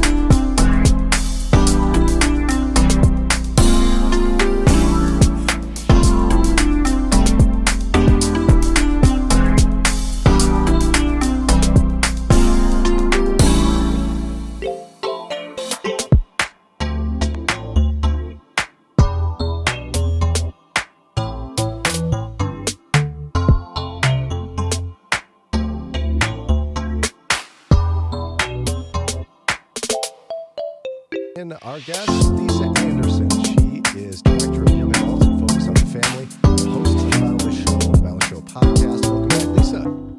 Hey, it is good to be here. I believe this is my first time this year on the show, so thanks for letting me come back. Yeah, you teed me up for a dad joke. It feels like it's been a year since we talked. Oh my goodness, yeah, that's rough. Okay. I actually stole some content. I have to start off with this from your Facebook page. We had a great laugh. I think it was my idea. A checklist of like how old are you? You posted on Facebook. Yeah, okay, but that wasn't original to me, so I can't even take credit for it. So stealing it is just fine. But I was like, these are so legit, and I heard my dad saying every single one of them. But then I went and I talked to a friend of mine, and I was like, aren't these so hilarious? And she's like, I don't get it. I just had to cancel her. Yeah. Does she have a dad? She does, but I don't think he's that funny, and so I don't know. There might be some residual issues there. I feel like every day when a kid says, I'm hungry, I say, hi, hungry, I'm not. Every day. That's good. Well, my own dad's personal one that wasn't on the list was, and this is, of course, you know, I grew up in California, so I had to completely reinvent my speech before going to college so I could legitimize myself as a communications major. Because I would say on the regular, it was, and I was like, totally all, no way. You were a Valley girl? Yeah, I was kind of Valley-ish. So I, you know, maybe a tweaked version of that in a way, but I would tell my dad, you know, hey, Dad, can you like turn the light off? And then I would get in response, do you want me to like turn the light off or do you want me to actually turn it off? So that still rings in my head. That was one of my dad's favorites. Oh, dads are the best. Yep. But we're not here about dads today. Today it's approaching Valentine's Day. I can't resist talking to my friend who ministers to singles about Valentine's Day. Is this like, are you feeling neutral about Valentine's Day being single, or do you dread it? What's your general vibe on this? Okay, I've got to be honest, and I have a lot of haters for this, Brian. I love Valentine's Day. So Whoa. I feel like I get some real chill on this from people because I don't show the solidarity of angstiness and anger. I think it's just great. I love pink. I love chocolate. I love random notes. I like, you know, all of this stuff. And I'm just like, it's kind of fun. Now, maybe I know I have a friend or two who's gotten dumped around Valentine's Day, and that's rough. And I know that people, you know, the new year is always this time when a lot of singles are like, okay, maybe this year will be better. Maybe this year will be different. Maybe I'll actually start dating this year or get someone, you know, legit in my life. And so I think that kind of hopefulness, and then to be at Valentine's Day already when people are like, okay, well, so far it hasn't happened, I think people can get discouraged. But honestly, I mean, you're married. I say this, do we know any married people that love Valentine's Day? I don't think it's just right. I don't think it's just singles. I think all of us are just like, Valentine's Day, do we have to do something? Do we have to go to an expensive restaurant, make a reservation? Why don't we just stay in? I hate it. So I think it's kind of this collective sigh of like, you know. Now, I will say for singles, there's a little more of the pressure, especially with social media, of like people posting stuff. The same thing happens at Christmas, quite frankly. You know, someone's getting engaged, someone's showing off their new boyfriend, someone's showing off the gift that they got from said boyfriend. So that can breed, you know, really some angst and some jealousy and whatever. And I think that's something that everyone individually is going to have to reconcile themselves to. Because I think the stereotype of singles on Valentine's Day, right, is like you go home, turn off the lights, put on beaches and eat ice cream or something. Just go cry. Something like that, yeah. Well, and some people do. And that's, you know, that's okay. A lot of people do. They're just like, I'm not into it. I can't handle it. I'm just going to do this. But there's a lot. I mean, there's a huge trend now around Galentines and girlfriends getting together and doing their fun thing. And sorry, guys haven't come up with their equivalent yet, but, you know, don't blame me for that. So, you know, it's just like women come up with legitimate stuff where they dress up, they all go out, or they do something fun. I mean, some are throwing axes, some are doing a fancy dinner, some will do a spa day. And they're just like, you know what, let's just celebrate friendship instead and make it this kind of thing. And what's funny is, you know, I've been part of a few of those, and it's like our married friends are like, yeah, I'm in too. Because right. I think I think my husband, we'll celebrate on another day, and he's just going to get a pizza, and we're going to sit and watch a movie. So I think it really has kind of broadened to how you can celebrate it at this point. Well, I actually found an article online. I was like, I wonder if there's tips out there. I'm sure there is, because there's tips for everything. For singles on Valentine's Day. And the top hit was from brides.com. What do you make of that like a bridal magazine is giving the advice to singles? I don't know what to make of that. Well, maybe they feel like since if they've made it to the other side of the proverbial aisle that they now have something to share. Or they're like, I got my fairy tale. Here we go. Oh, maybe. Yeah, I mean, I think that happens in Christian circles too. It was funny because when I published my book back in the day, the reason my publisher wanted it was they said, we actually have never seen a book on dating and singleness from a person who's still single.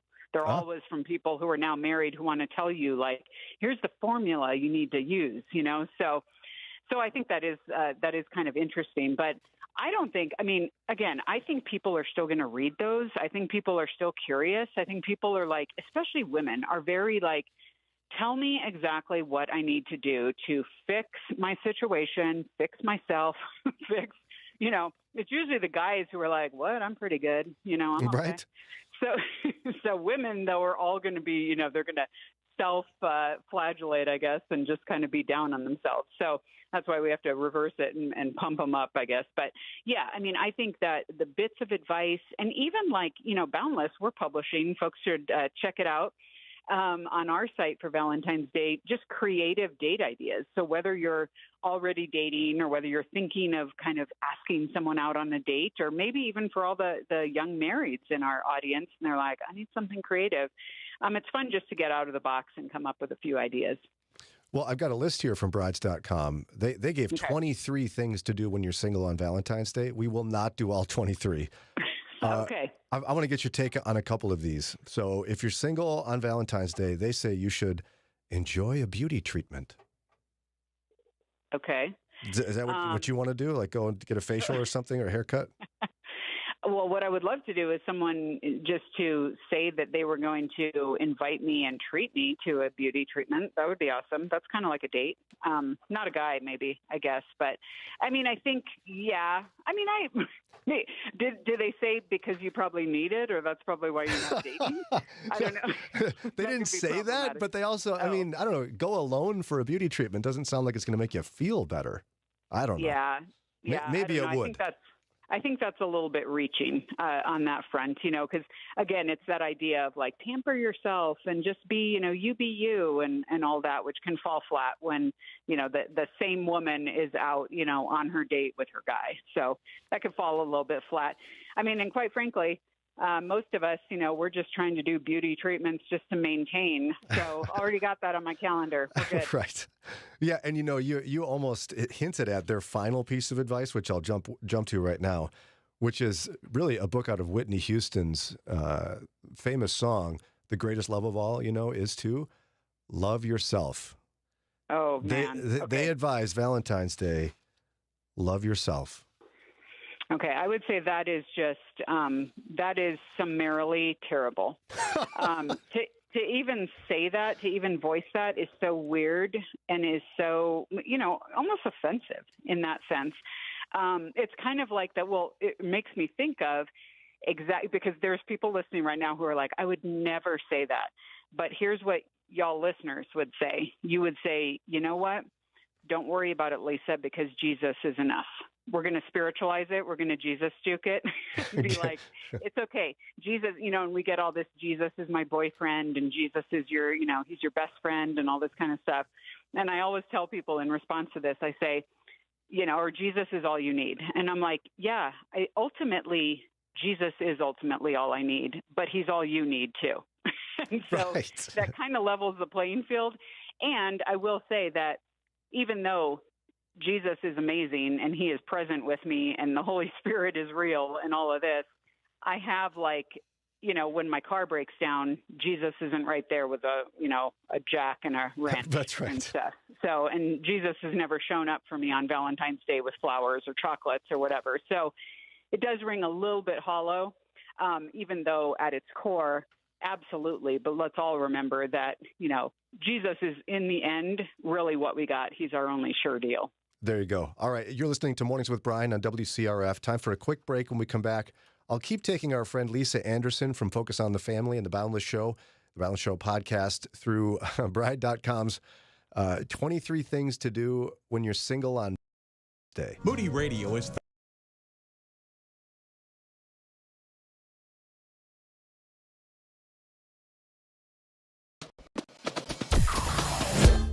Mornings with Brian. Moody Radio Cleveland. 103.3 at 6 to 9 a.m.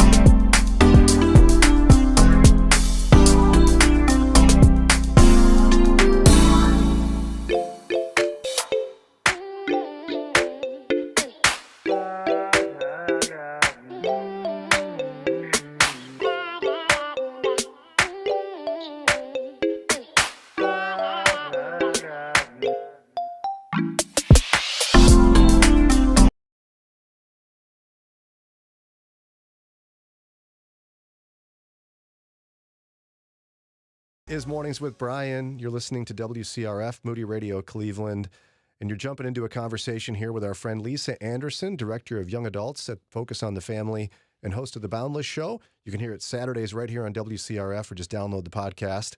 It's called The Boundless Show. Go look for it. We're talking about singles on Valentine's Day, and there's a list here from the internet I found from brides.com, 23 things to do when you're single on Valentine's Day. We're by no means going to go through the whole thing, but I want to get Lisa's take on some of this. One of them, buy yourself flowers. Do you like that idea? I don't know. I mean, again, I think that's just kind of a little bit like sticking it in your face that, well, no one else is, and so why don't you just do it for yourself? Well, there's a lot of things that I end up doing for myself. So I think it, and not that you can't. And I mean, again, I think that if a friend says that to a friend, or quite frankly, the friend should just buy the friend flowers, now that I'm going through that in my head. But it's, again, depending on who it comes from and in what way that's delivered or that piece of advice and stuff, I think it can be okay. But it's also what they're trying to communicate is you're worth it. You're worth having flowers, even though you don't get them from a guy. Kind of the idea of, what used to be told to single ladies of like, take out the good china and use it, or buy yourself, you deserve good towels, don't wait for a wedding registry. All of that is true. It doesn't mean that only brides, can get good stuff. But at the same time, it's also a little awkward to just be like, I'm here in the store on Valentine's Day buying myself flowers, or heaven forbid, sending yourself flowers and, putting them, whether they're from some, you're making it anonymous or something. That is, I always appreciated, this hasn't happened recently, so I'm going to have to put the friend word out, I think. I used to have, in fact, my dad and even my mom for a while, once in a while, would send me flowers at work for Valentine's Day. That's nice. Which was always super fun and super sweet, although it does breed a lot of questions. So you have to be okay with that. So that's a little weird, because then coworkers were like, did you start dating someone? And then I kind of had to be like, no, they're from my parents. So that's a catch-22. But it is, remember your single friends, because it is the cavalcade of the front desk flowers that come in on Valentine's Day. It's true. And not that it's, maybe as prevalent as it was in the past, but that's why I think it's always so helpful for marrieds and others to see their single friends around Valentine's Day and just be that person who, it doesn't have to be the standard outpouring of, stuff and the way that Valentine's is celebrated. But I think one of the best things folks can do is just invite a single friend or two over to your place, maybe for dinner, maybe for games, just to kind of take the spotlight off the day and the sting out of the day. Another piece of advice here from brides.com for singles on Valentine's Day: cook a romantic dinner for your parents. I want to say that's terrible. But then I can't, because I'm a Christian and we're supposed to serve other people. So it's like, maybe you should be serving your parents. That's a very sweet thing now that I think about it. This is also the other arm on this is the serve at your church, or do the serve or create a nursery experience for all the people who want to take their wives or want to go out as a couple on Valentine's Day. And do you like that? Hello, every single in the church. We need you to man the nursery. Yeah, that feels rude to me. Or babysit.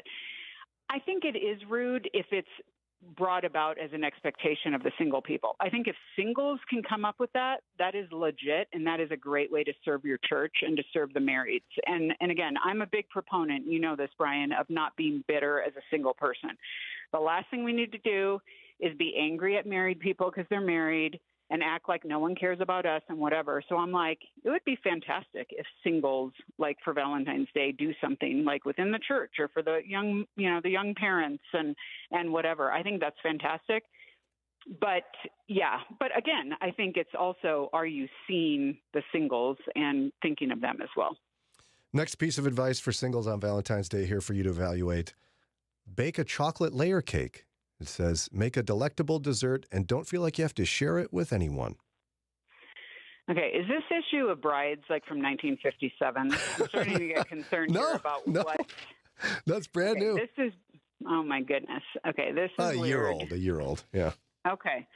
Yeah, that's very surprising to me, because I'm just like, I I don't know. I mean, I think, again, I don't want to spend I guess maybe if I have a recipe that I like and, again, I want to make it, but I can't think of that as something like, here's how I'm spending my evening, and this is going to be so memorable and so important to me and whatever.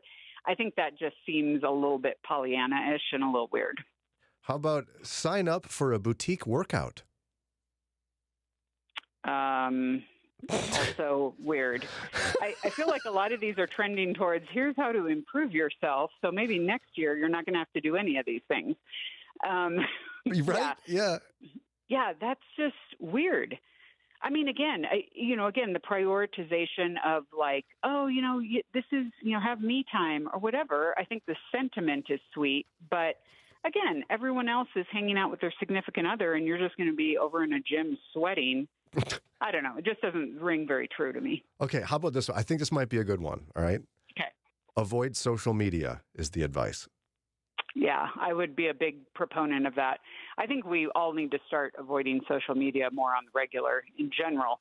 But I always say, yes, the holidays and holidays specifically being Christmas, New Year's, Valentine's Day, maybe Mother's Day, and then wedding season is a great time to check yourself on social media because it can be pretty triggering.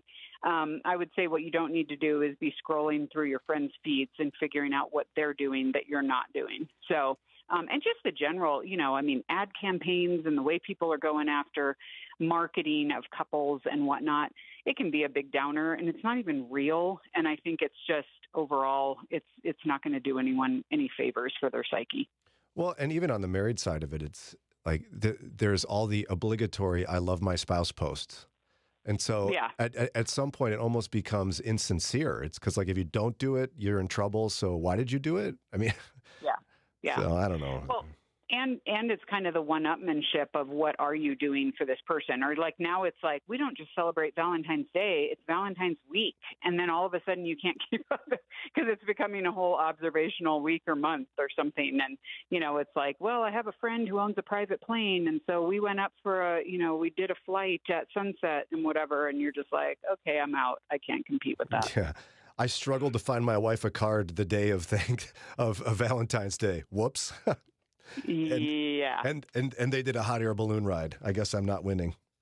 Oh, yeah. No, that's tricky. Now, I think that is where, to that point, though, whether singles or marrieds or people dating and stuff, this is where I would say that some solid, like, love language stuff is in order because I even have one of my dear friends is very much a words of affirmation person. And she told me once, she now lives in Indiana, and she said, Lisa, do not even send me a gift unless you have a card in it that actually has a pretty substantial note written in it.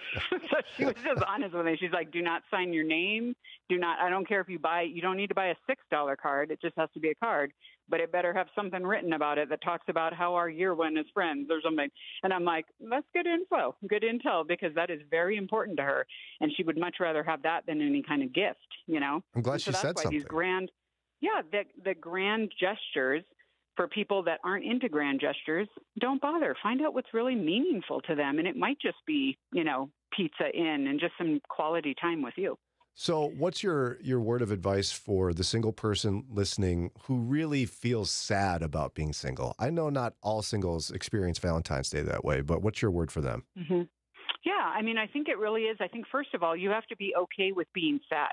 It's not like, we're not called to completely squelch or ignore our emotions. We have them for a reason. And the fact is, you are not in a season that you want to be in. And that is something that is okay to grieve. And I always love, and I know I've told you this before, Brian, I just love the Psalms for this reason, because the psalmist is so explicit about saying, pour out your complaint to God. So that it's just like God saying, hey, you come to me, talk to me about this, cry out, whatever you need to do, because not only can I handle it, but I actually have the power to do something about it. And so, and then I'll tell singles, I'll say, the person that you don't want to cry out to is the guy or girl you wish you were dating. And so you're going to be all like shaming and blaming them. But I think it's okay to grieve, the disappointment of where you are.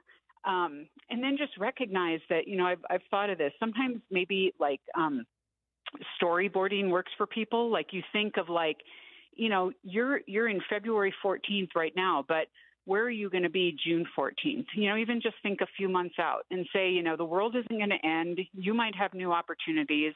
And ultimately, relationally or otherwise, if God's in control, he can turn something on a dime. And you are not single because he can't figure out what to do with you or because he's run out of people in the world for you. He probably has a very good reason for putting you in the time and season that you are in right now. And so we do want to maximize that, whether that means going for a custom workout or not. We do want to spend time doing the things that he's called us to do, but also to remain hopeful because we never know what's around the corner. Some great words of wisdom about Valentine's Day for singles from our friend Lisa Anderson, again, Director of Young Adults at Focus on the Family and host of The Boundless Show. If folks want to hear your program outside of Saturday here on WCRF, how can they get more information? Yeah, the best place is at boundless.org, and there folks can access our podcast. They can find all of our articles there. They can connect to social media. And really, I always encourage people, be part of the conversation, because if you feel left out anywhere else, you won't feel left out at Boundless. Thanks again, Lisa. Absolutely. The Bible makes it clear that God has a problem with idols, even ones that supposedly remind us of Him. Well, Dr. Tony Evans says there's a reason for that. We'll explore it together as we spend 2 minutes with Tony. We live in the era of the selfie. Everywhere you go, people are taking pictures of themselves. A selfie means you want to be in it. No matter whatever else and whoever else is around, you too want to be on display. God only took one selfie in history. His name is Jesus Christ. That's God's selfie. He said, don't make any image of me, because anything you make that you think looks like me will only distort me. Your pictures will be bad photographs. They'll be like the photographs you used to take at the mall in those little booths with the curtain. You sit down there and click, click, click, click, click, 4 photographs would then come out of the machine. Don't show those pictures to nobody, because those will not be complimentary photographs. They're a cheap reflection of who you are in most cases. God says, don't have any image of me, because in attempting to picture me, you will distort who I am. And any distortion of me is idolatry. It is idolatry. If you're tired of settling for some kind of God substitute, check out Tony's CD series, U-Turn, available online at tonyevans.org. Then join us next time for 2 Minutes with Tony.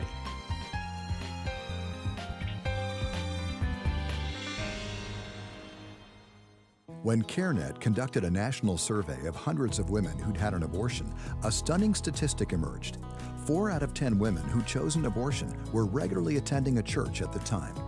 Abortion isn't just an out-there issue in the community, it's inside the church. Making Life Disciples is an exclusive CareNet curriculum designed to equip churches to provide compassion, hope, help, and discipleship to women and men considering abortion. Making Life Disciples is a simple, easy-to-access training that allows your church to begin a gospel-centered approach to caring for the abortion vulnerable. Transform your church's response to abortion, form a network of security for people at risk, and become a central point of compassion in your community. Learn more about the Making Life Disciples curriculum at care-net.org. Search Making Life Disciples at care-net.org.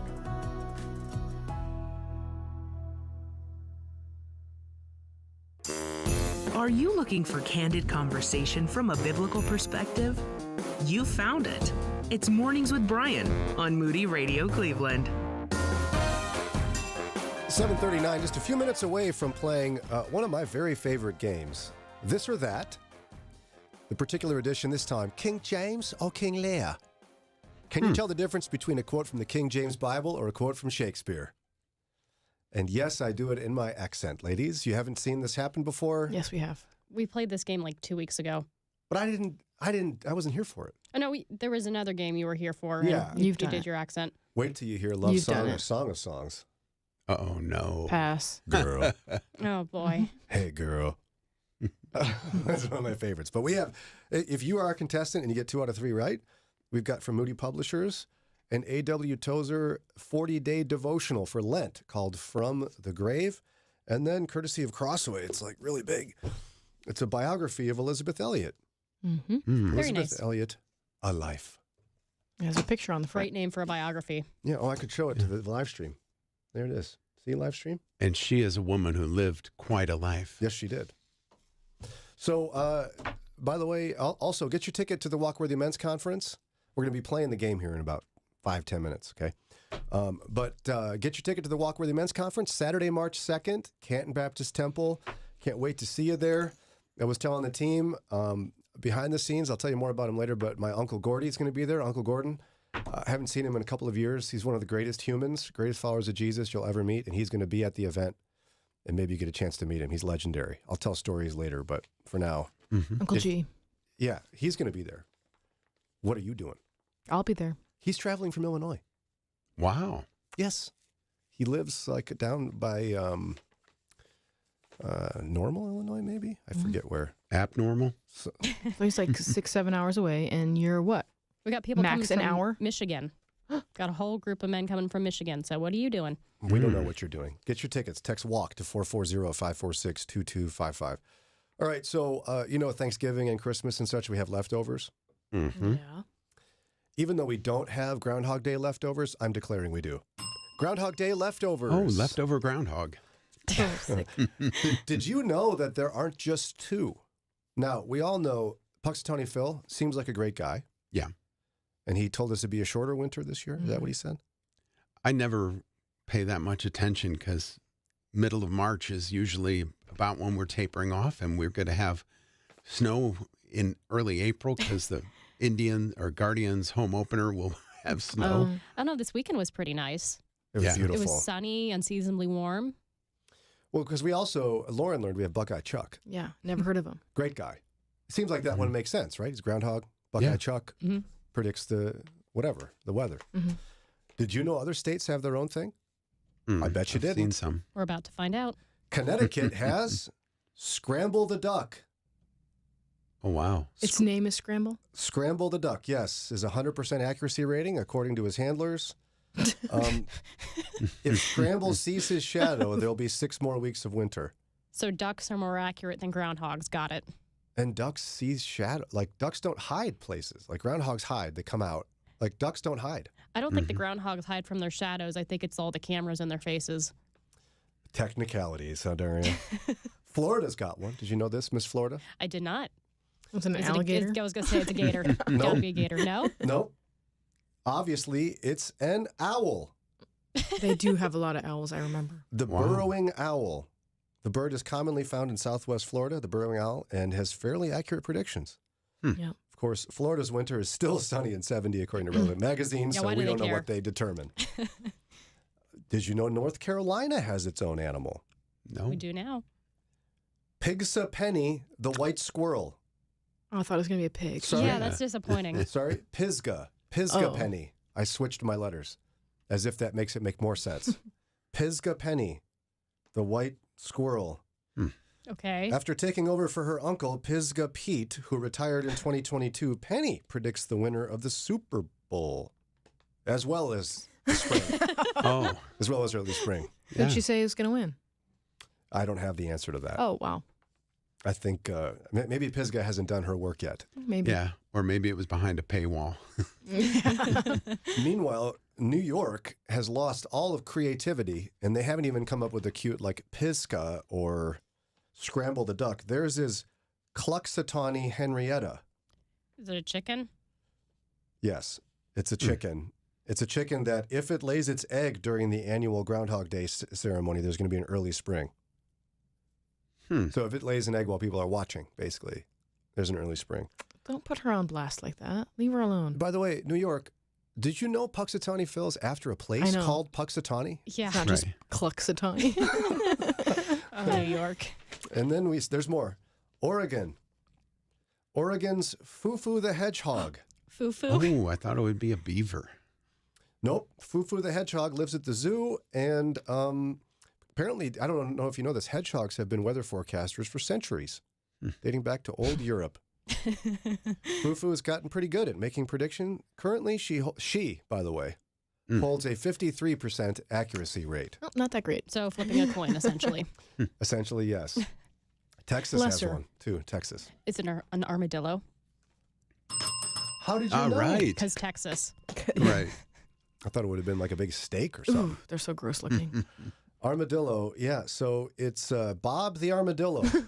Bob travels from Katy, Texas to Bee Cave, Texas to determine if the Lone Star State will endure 6 more weeks of winter.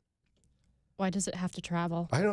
How far is it from Katy to Bee Cave? Can't we just leave it in one place and not stress the poor animal out? Because there's already a roadkill problem down there. Mm-hmm. So is it, if they make it, it's Right. or if they don't make it? I don't know, guys. I still think Buckeye Chuck rules the day. No offense, Pennsylvania. Yeah, I like them. Those were your Groundhog Day leftovers. Coming up in just a moment, we're going to be playing this week's edition. What are you laughing at? I pulled up the little armadillo on our screen. Look at him. They're funny-looking animals. Yeah. You didn't want one? You can He's a get one Texas for Trey. icon. Look, Brian. Texas icon. The armadillo. Yeah, it's a Texas icon. Okay. Well, Oh, well. great job, guys. You've done it. All right, we're going to play this or that, King James or King Lear. I'm going to read you a quote, and you have to tell me whether it's a quote from King James or Shakespeare. King James Bible or Shakespeare. Just for showing up, we'll give you a consolation prize. You'll get some Mornings with Brian gear of some sort. We'll pick in a moment. But if you get at least 2 out of 3 correct, I have an A.W. Tozer devotional and a biography of Elizabeth Elliot. You want to be our contestant? Call right now, 440-546-2255. Call right now, 440-546-2255. That's how many pairs of shoes the average American has in their closet. 1. That's how many pairs of shoes it takes to share health, education, opportunity, and the love of Christ to a child in need in the world. You can play a part in changing the life of a child today through Buckner Shoes for Orphan Souls. Visit GiveShoesToday.org and find out how you can provide shoes for a child in need. That's GiveShoesToday.org. If you've wondered what it was like for the Apostle Paul when he traveled throughout the Mediterranean during his missionary journeys, listen. Moody Radio is giving you and a friend the chance to win an 11-day tour of key biblical sites around the Mediterranean Sea. You'll sail away September 11 to 24. The words and stories of the New Testament will come alive like never before. Learn more and enter to win at moodyradio.org/sailaway. moodyradio.org/sailaway. Bon voyage. When Whitney Pimkin's mother was diagnosed with terminal cancer, Whitney searched for a book that could shine a small light on the road ahead. Not finding one, she wrote one to hold your hand as you grieve the loss or diagnosis of a loved one. We Shall All Be Changed reminds you of the mysterious way that God ministers to and transforms you when dealing with death and suffering. Get your copy of We Shall All Be Changed, available now at moodybooks.org. Helping you take the next step.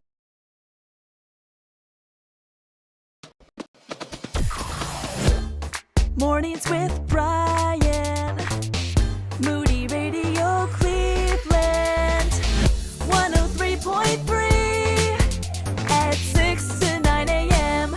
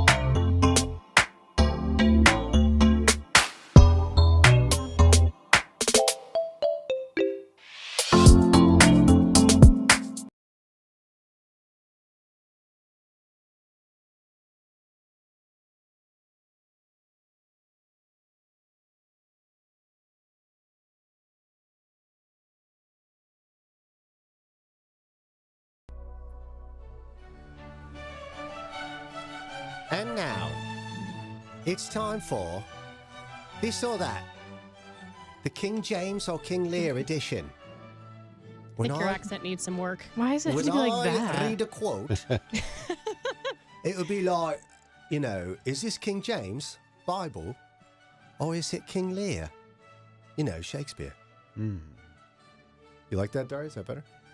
I don't think so. Let's bring in Matt from Cleveland. Matt, you're our contestant today. Are you all set to go, brother? No, I have sweaty hands. You're among friends. You're going to do great. Yeah. So here we go. Are you ready? I suppose so. Let's just get the torture chamber going here. Okay, I'm going to read a quote, and you're just going to say, basically coin toss. Is that from the Bible or from a Shakespeare play? Ron, could you start the orchestra again, please? Do you guys have a live orchestra in there, by the way, this morning? Not really, but it sounds like it. Oh my God. All right, quote number 1. Would he not stumble? Would he not fall down? I say again. Would he not stumble? Would he not fall down? It's got to be Shakespeare because it doesn't teach us anything. That can't be a proverb. Oh. Are your hands still sweaty? Very sweaty, yeah.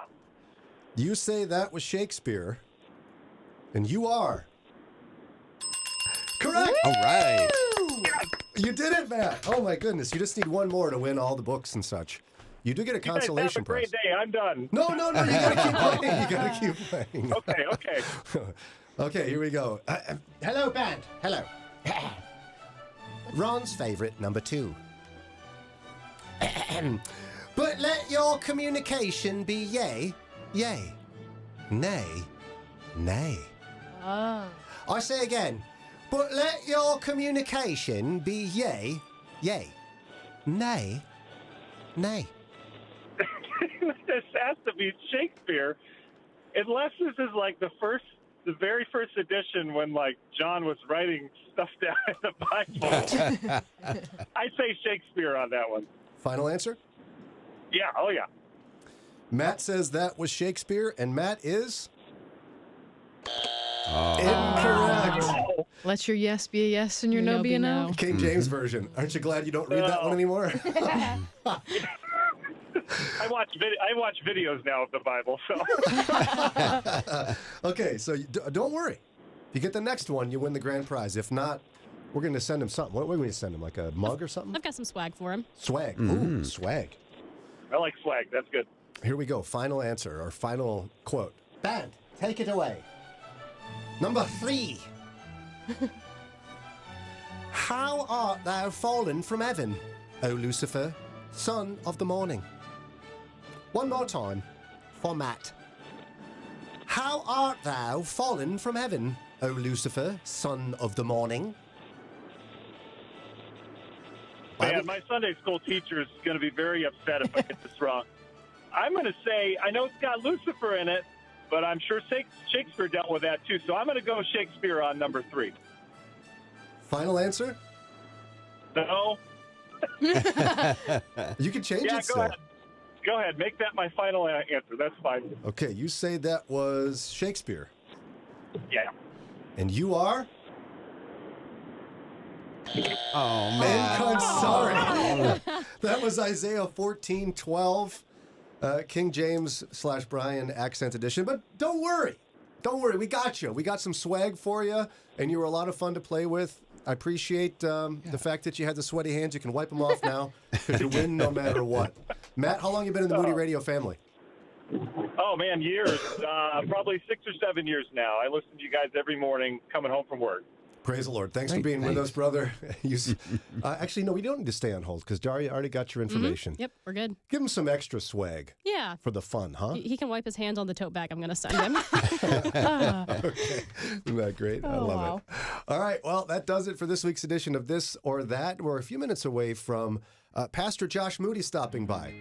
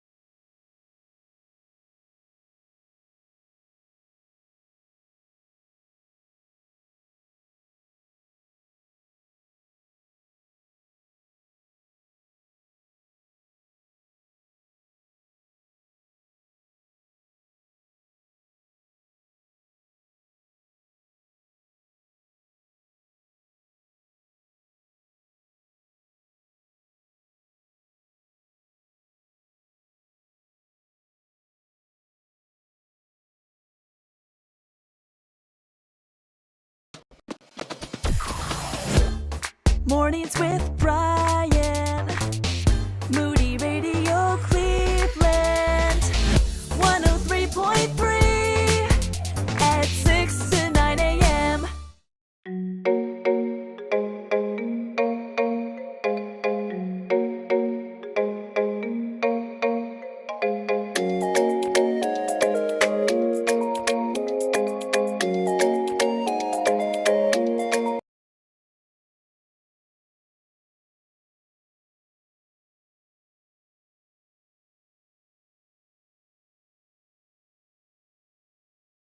You can watch the show. You can watch it now. We had somebody message us and say that they watch it during lunch.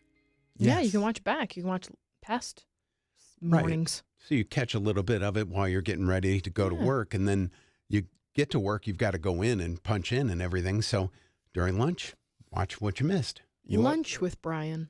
Yeah, I won't watch you chewing like that. Mm-mm. I can't see you. It'll look like I can, but I can't. Lauren's watching you, though.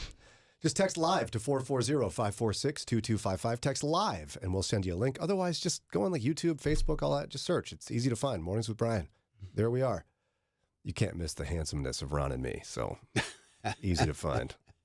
And you ladies look great, too, by the way. I just walked into that. Gee, thanks. Yep, coming up in a few minutes, evangelism. What does it look like in 2024? Is it the same as it used to be? Should we change it? What does it actually mean? We'll talk all about that with Dr. Josh Moody, former speaker at Walkworthy Men's Conference, as well as host of God-Centered Life. We'll get to him in just a few minutes. Mornings with Brian on Moody Radio Cleveland, WCRF Cleveland, WVMS Sandusky, WVML Millersburg, WVMN Newcastle, WVME Meadville, WVMU Ashtabula, and everywhere with the Moody Radio app or at moodyradio.org/Cleveland. A standardized test that's widely used for college admissions will look different this spring. It's 8:02. I'm Ron Eastwood, Moody Radio News. Starting next month, the SAT will be only available digitally. The new test will also be shorter and adaptive, so questions will change depending on how a student performs as the test progresses. Students have the choice to take the test on a laptop or a tablet, and students who don't have access to either of those can apply through the College Board to have a device delivered to their testing location. Akron police are investigating the Friday robbery of a local McDonald's restaurant. An employee of an East Waterloo Road McDonald's says that someone came up to their counter at around 12:30 a.m., aimed a gun at them, and demanded cash. Police say the suspect had hidden in the restroom and came out to commit their crime only after the store had closed. And the city of North Canton has announced a promotion for Fire Battalion Chief Drew Kramer. Kramer will become the city's first fire chief, not first, but the city's fire chief on February 12th, taking the post that's being vacated with the retirement of current fire chief John Bacon. I'll have sports and weather in just a moment. You have less than a month to prepare to gather with like-minded men facing similar challenges and needing encouragement like you. Walkworthy 2024 is Saturday, March 2nd at Canton Baptist Temple. It will feature Mark Joe, James Ford, and Nick Gatsky giving powerful messages as well as time for worship and food. Don't miss out. Register now. Text WALK to 440-546-2255 or go to moodyconferences.com. In sports, the NFC forced an incomplete pass from C.J. Stroud on the 3-yard line to secure a 64-59 Pro Bowl flag football victory. And NHL All-Star Weekend is wrapped up from Toronto. Team Matthews defeated Team McDavid 7-4 in the 3-on-3 All-Star Game finale. Here's your Moody Radio Cleveland forecast. Patchy fog this morning, otherwise mostly cloudy. Highs today in the upper 30s. And at last check, we had cloudy skies in Cleveland, 34 degrees. Clear and 27 in the Akron-Canton area. Youngstown, clear skies and just 24 degrees. It's time for your moron moment. When words just can't express it, use an emoji. And to find an emoji keyboard, press Control, Command, and Spacebar on Mac to access a emoji picker. On Windows, it's the Windows key and the period to open the emoji screen. It also offers a host of other options like those unusual symbols not found on a standard keyboard. And that's your Moron Moment. And you'll find that on our Facebook and Instagram. It's 8:05 with Moody Radio News. I'm Ron Eastwood.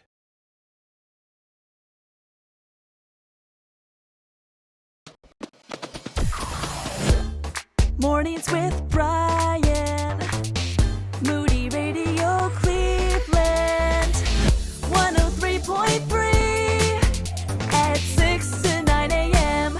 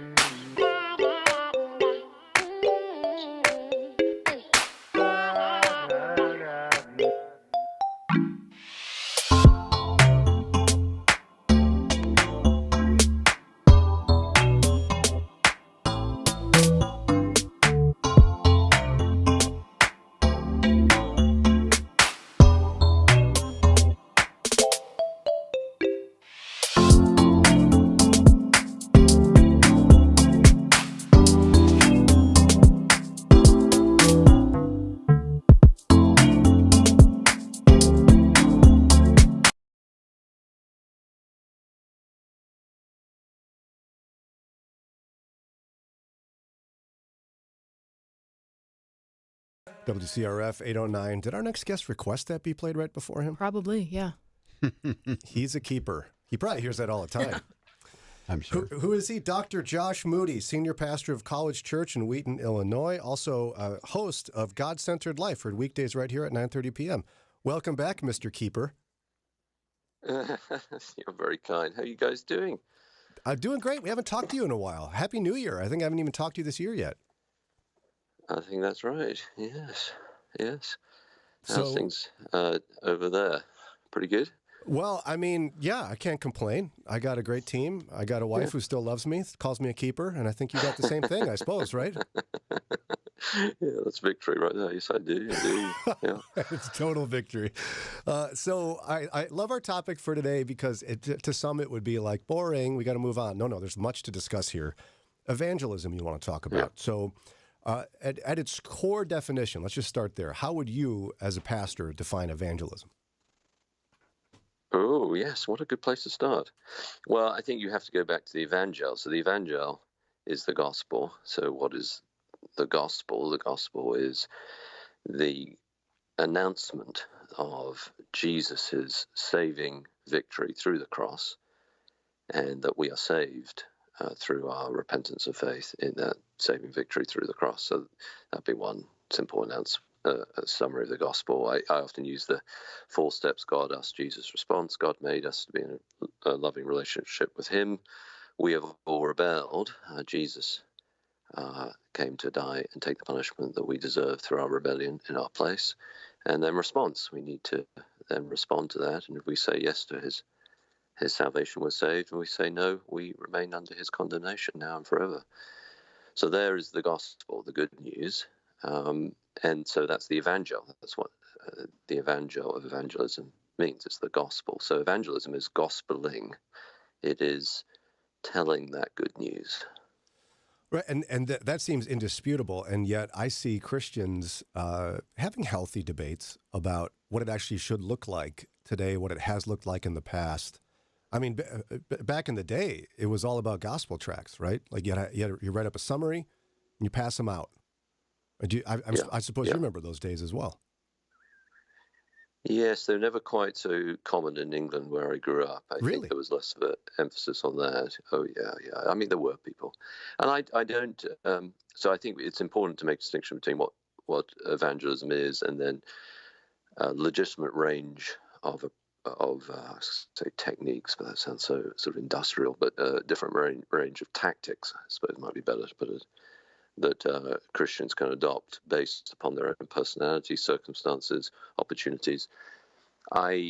In terms of a good framework for someone who is, so there are those who are called to the ministry of evangelism, but we're not all evangelists, but we are all called to witness.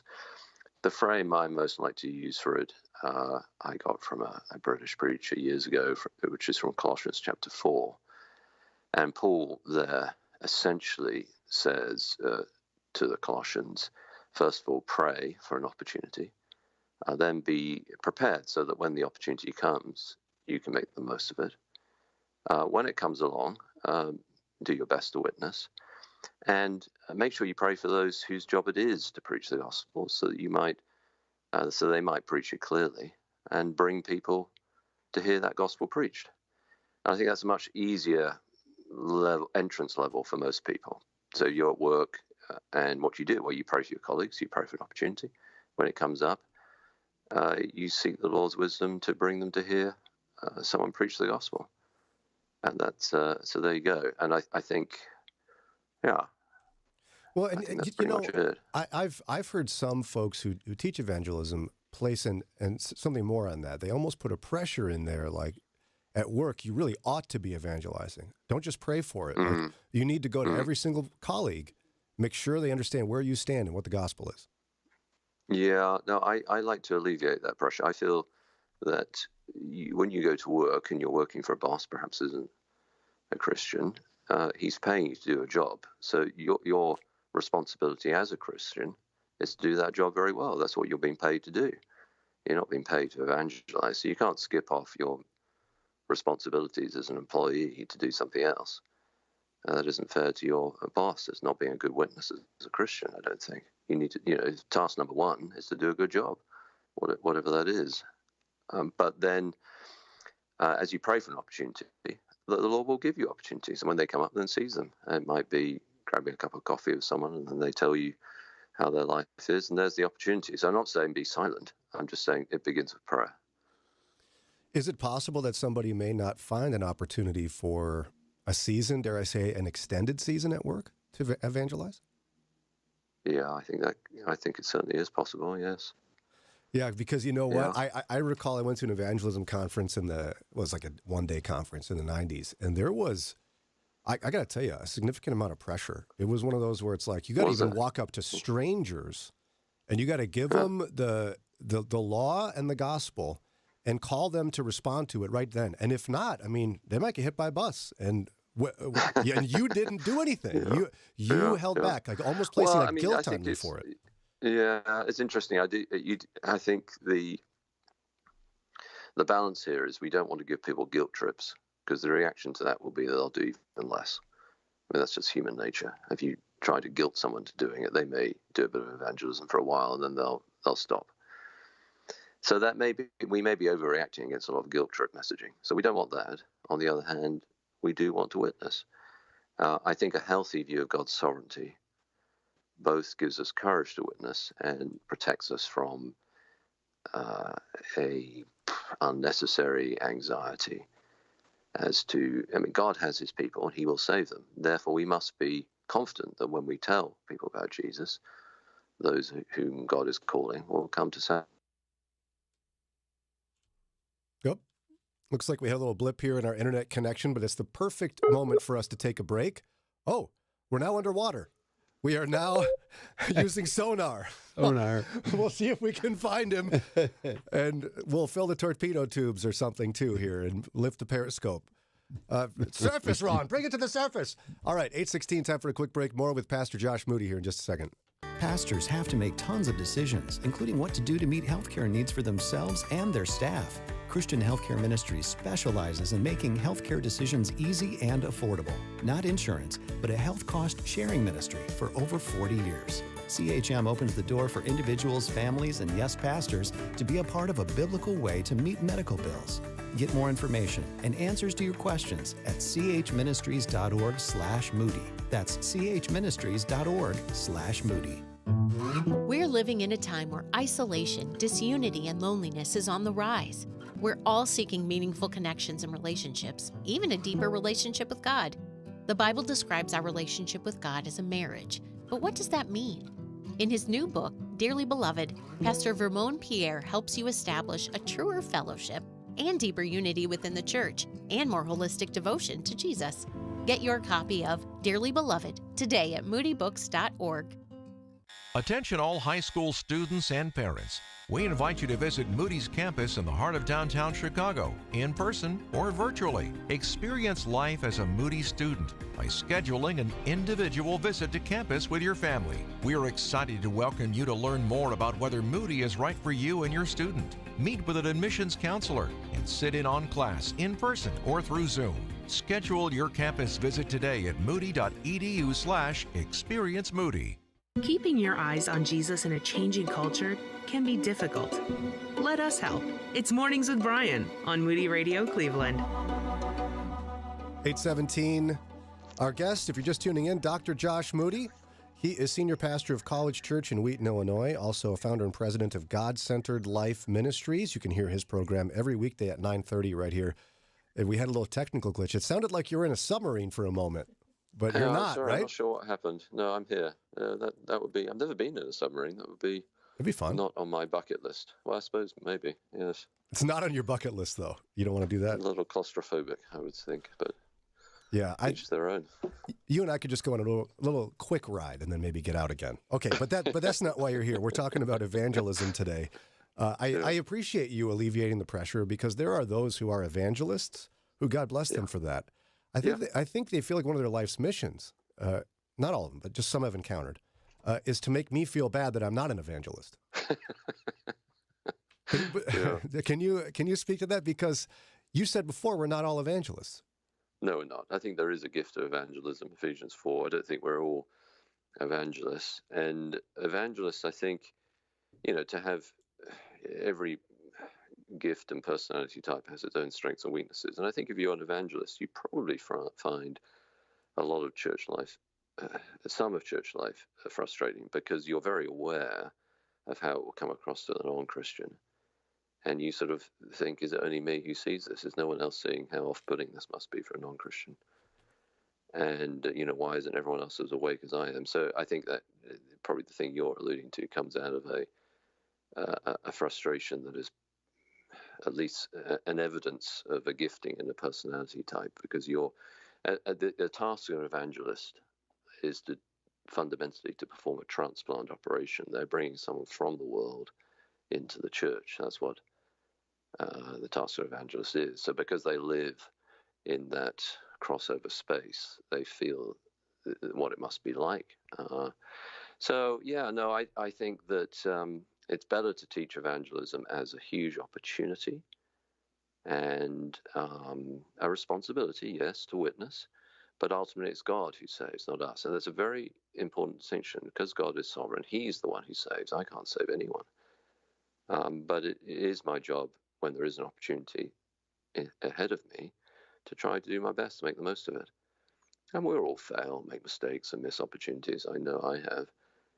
But how wonderful it is. We just had a membership class on Saturday, and looking at the class, I could see a couple of people who've come to faith in the last however long it was. You think, well, this is a thrill. I'm going to spend eternity with these people. So it shouldn't be a guilt. It should be a thrill. I think that would be the better emotion. Yes. Well, and one of the other, I think, hot topics in evangelism is the phrase relationship evangelism. I've heard some people go, oh, no, that's just an excuse to not be clear. Others say, no, I'm building credibility, I'm building trust. What's your take on that idea of relationship evangelism?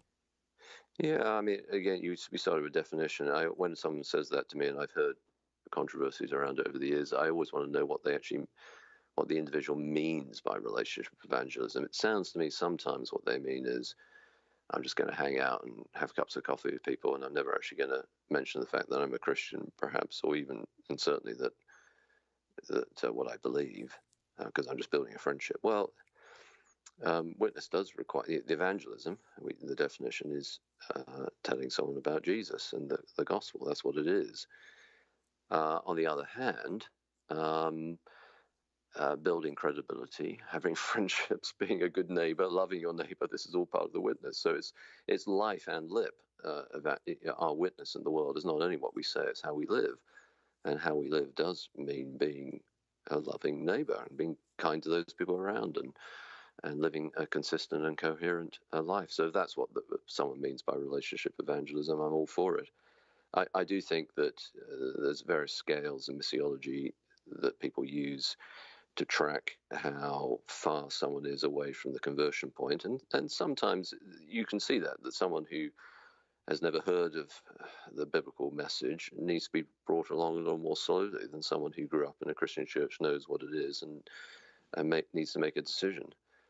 And so then there can be a further sort of slower process for that sort of person. On the other hand, God can grab someone out of the middle of nowhere and regenerate them on the spot. And so I think I would say, rather than the frame of relationship evangelism or propositional evangelism, I would say, look, Christian, be a witness in both how you live and how you speak. Pray for opportunity if it comes along. Make the most of it. Don't force it. Love your neighbor. Be kind to those around you.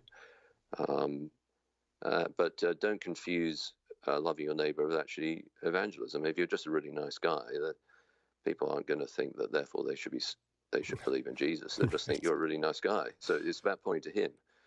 So when that opportunity comes along, seize it.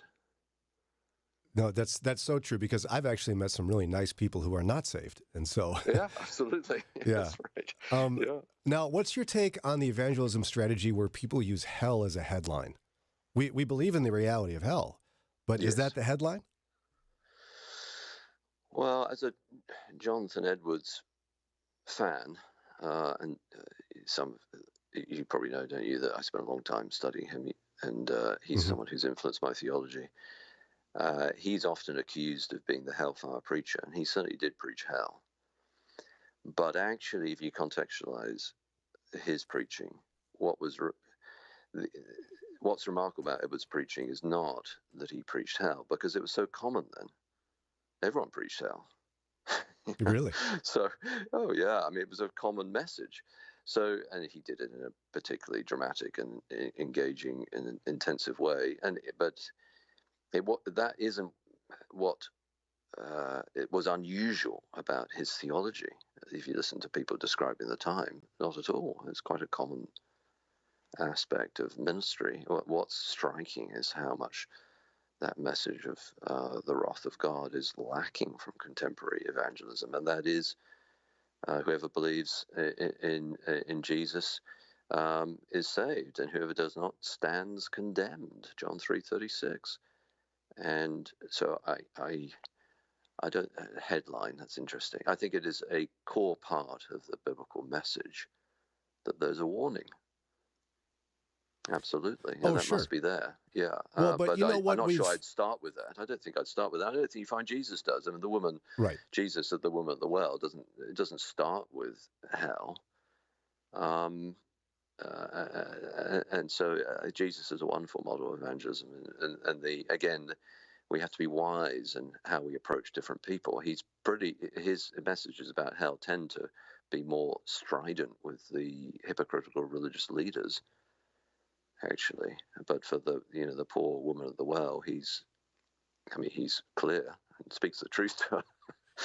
But he's winsome, and that word is thrown around too and criticized. But I mean, he's trying to win her for Jesus, for salvation, for eternity.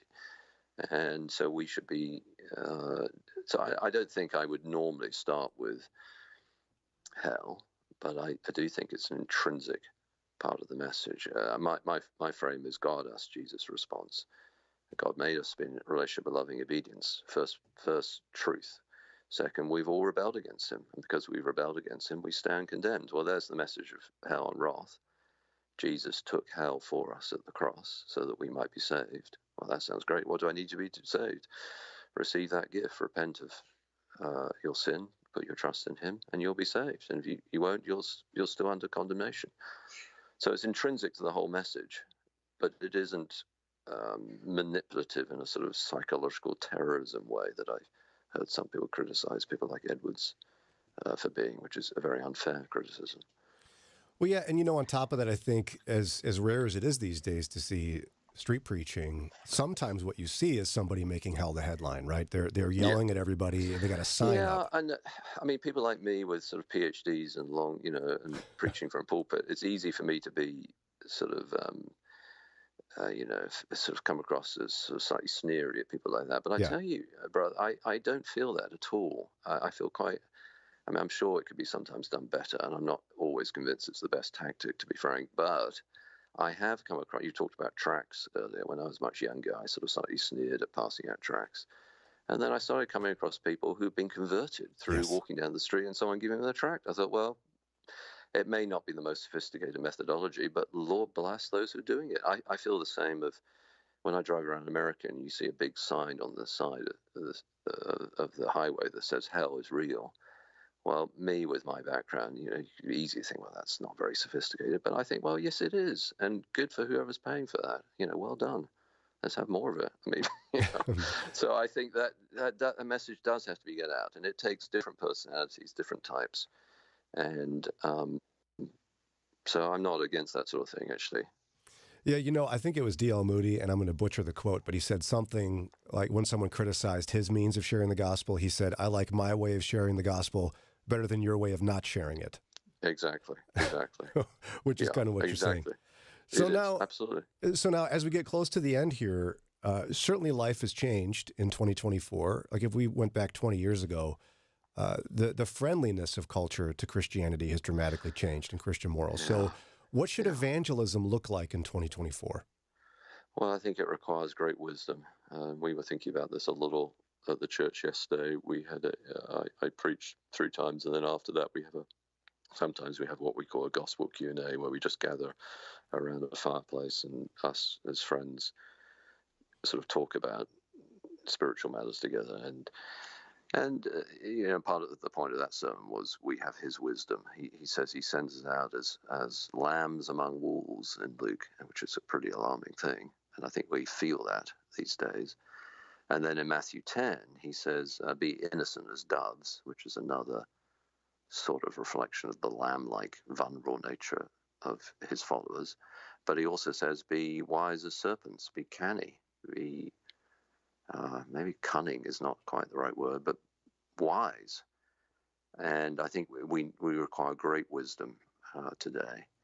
Shouldn't be the prudence shouldn't be an excuse for cowardice. We must be brave, but we don't rush into needless conflict and offense.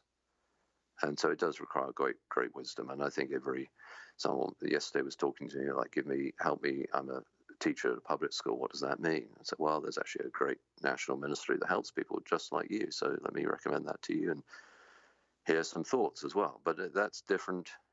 That person's it requires wisdom and a different kind of wisdom, the one that I require as a preacher. I mean, I need wisdom to know how to bring God's word to context, mostly on a Sunday morning or other opportunities that the Lord gives me. But that's different for a public school teacher, and that person needs wisdom too. So I think wisdom is not prudence in the sense of cowardice, but wisdom. And we need to pray God for that. And there are many ministries that help people in different circumstances. And so I think that's the category. Great advice once again from Dr. Josh Moody, proving, as we said at the outset, he is a keeper. Trust me. He's senior pastor of College Church in Wheaton, Illinois, and founder and president of God-Centered Life Ministries. To hear his preaching, just tune into this radio station every weekday evening at 9:30 p.m. And if you're watching on YouTube or Facebook and you want to find out more, Doc, how can people learn more about your ministry? Oh, thanks so much. You're very kind. GodCenteredLife.org. GodCenteredLife.org. Thanks again, and can't wait to have you back again soon, okay? Thank you. It's great to be with you. Thanks so much for having me on. You bet. 8:31 now. Coming up in a few minutes, I learned something yesterday from the New York Times that there's a word that many of us understand when it comes to addiction to mean something. And I went into this article feeling like this, I know what that means. And I didn't. Oh. Words change a lot. We laugh about that at the end of every year. There's new definitions for things. Yeah. This is something I think Christians need to be acutely aware of. And while our younger folks listening, Lauren was all like, oh yeah, I've heard of this and that. And I go, what? I got to turn up my hearing aids, Lauren. I don't know what's going on here. I'm a pirate, apparently. I don't know why I'm a pirate when I'm saying that. Okay, we're going to get to this word and its new definition coming up here in just a few minutes.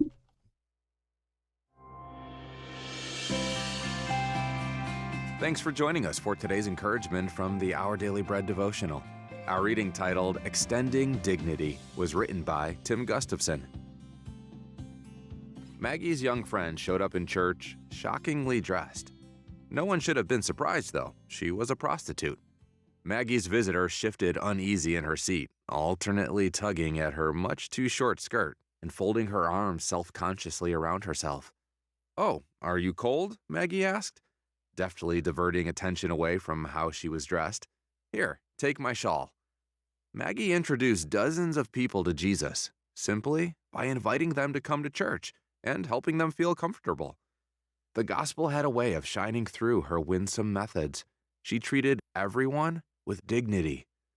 When religious leaders dragged a woman before Jesus with the harsh and accurate charge of adultery in John chapter 8, Christ kept the attention off her until he sent her accusers away. Once they were gone, he could have scolded her. Instead, he asked two simple questions. Where are they? And has no one condemned you? The answer to the latter question, of course, was no. So Jesus gave her the gospel in one brief statement. Then neither do I condemn you. And then the invitation. Go now and leave your life of sin. Never underestimate the power of genuine love for people, the kind of love that refuses to condemn, even as it extends dignity and forgiveness to everyone.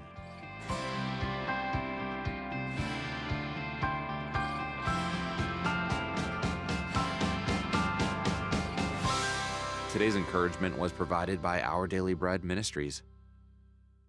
The words you are about to hear are taken from letters sent in by members of the Trinity Debt Management Program. Dear Trinity, today I'm making my final credit card payment. Before I came to you, I was in a constant state of anxiety and panic, but now there is hope for my family's financial future. Working with Trinity made me understand that I'm not alone. You really do help people. Your kindness will never be forgotten. Without Trinity support, I would not have achieved my lifelong goal of becoming debt-free. We saved a lot on interest and penalties, of course, but the reward was the gift of human kindness. Trinity has carried me through a very difficult time in my life. You're amazing. I used to feel so anxious and hopeless. Now I feel grace and peace. God bless Trinity as you continue to help others become debt-free. If credit card debt has you down, call Trinity at 1-800-659-9838. That's 1-800-659-9838.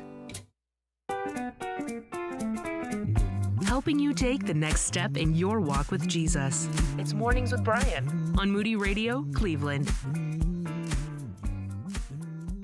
8:35. You know, all the cool guys are going to be in the same place on Saturday, March 2nd. Mm-hmm. You know who else will be there with the cool guys? Lauren and Daria. A couple cool girls. That's right. That's right. Did you guys get those headshots printed yet to sign? Nope, and No. we won't. And don't you print them out either. You're not the boss of me. Mm-hmm. I think Ron and I should work on this very thing in particular. A stack, set up some tables. Here's where you get a headshot. That's weird. Yeah, have a handful of markers.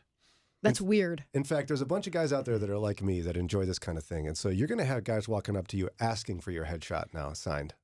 That's weird. They to will send, be disappointed. Yeah, and to send pictures of ourselves homes with strange men, pass. No, thank you. The headshots are different. It's like meeting a celebrity. It's different.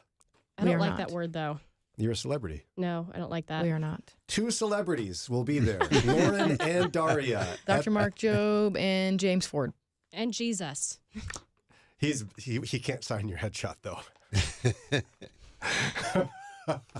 Come to Walk Worthy Saturday, March 2nd, Canton Baptist Temple.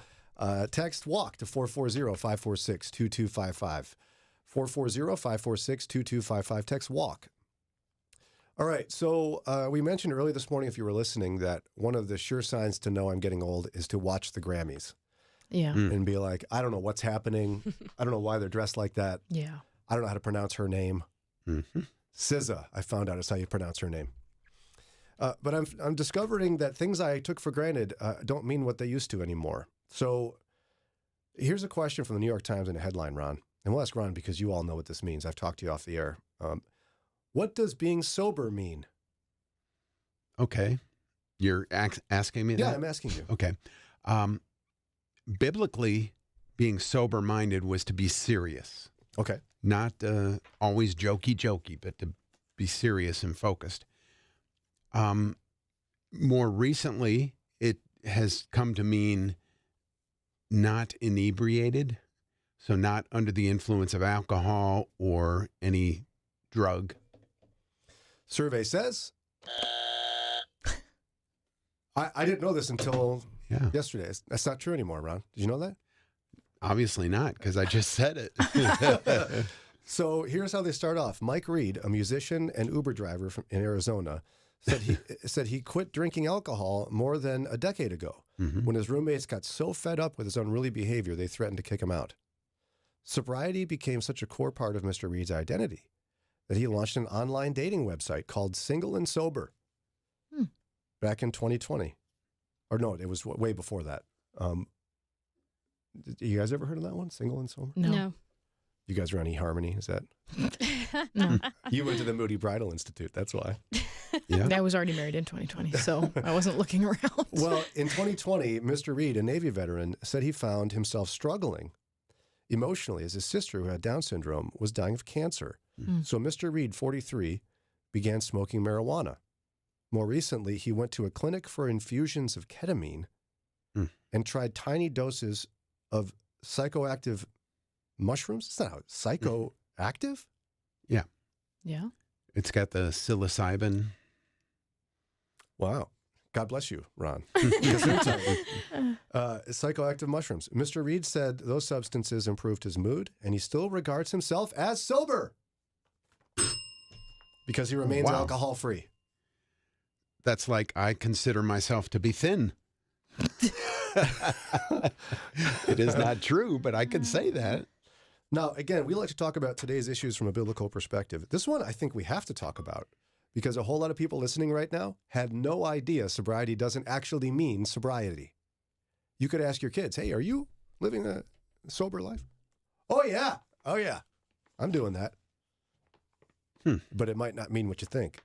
So they go on to write, notions of what constitutes sobriety and problematic substance use have grown more flexible in recent years as younger Americans have shunned alcohol in increasing numbers while embracing cannabis and psychedelics. I think I'm starting to see, like, there's a lot of people in society who consider themselves casual drinkers. I'm not an alcoholic. I don't drink every day. I'll have a glass of wine occasionally with my dinner, so I'm a casual drinker.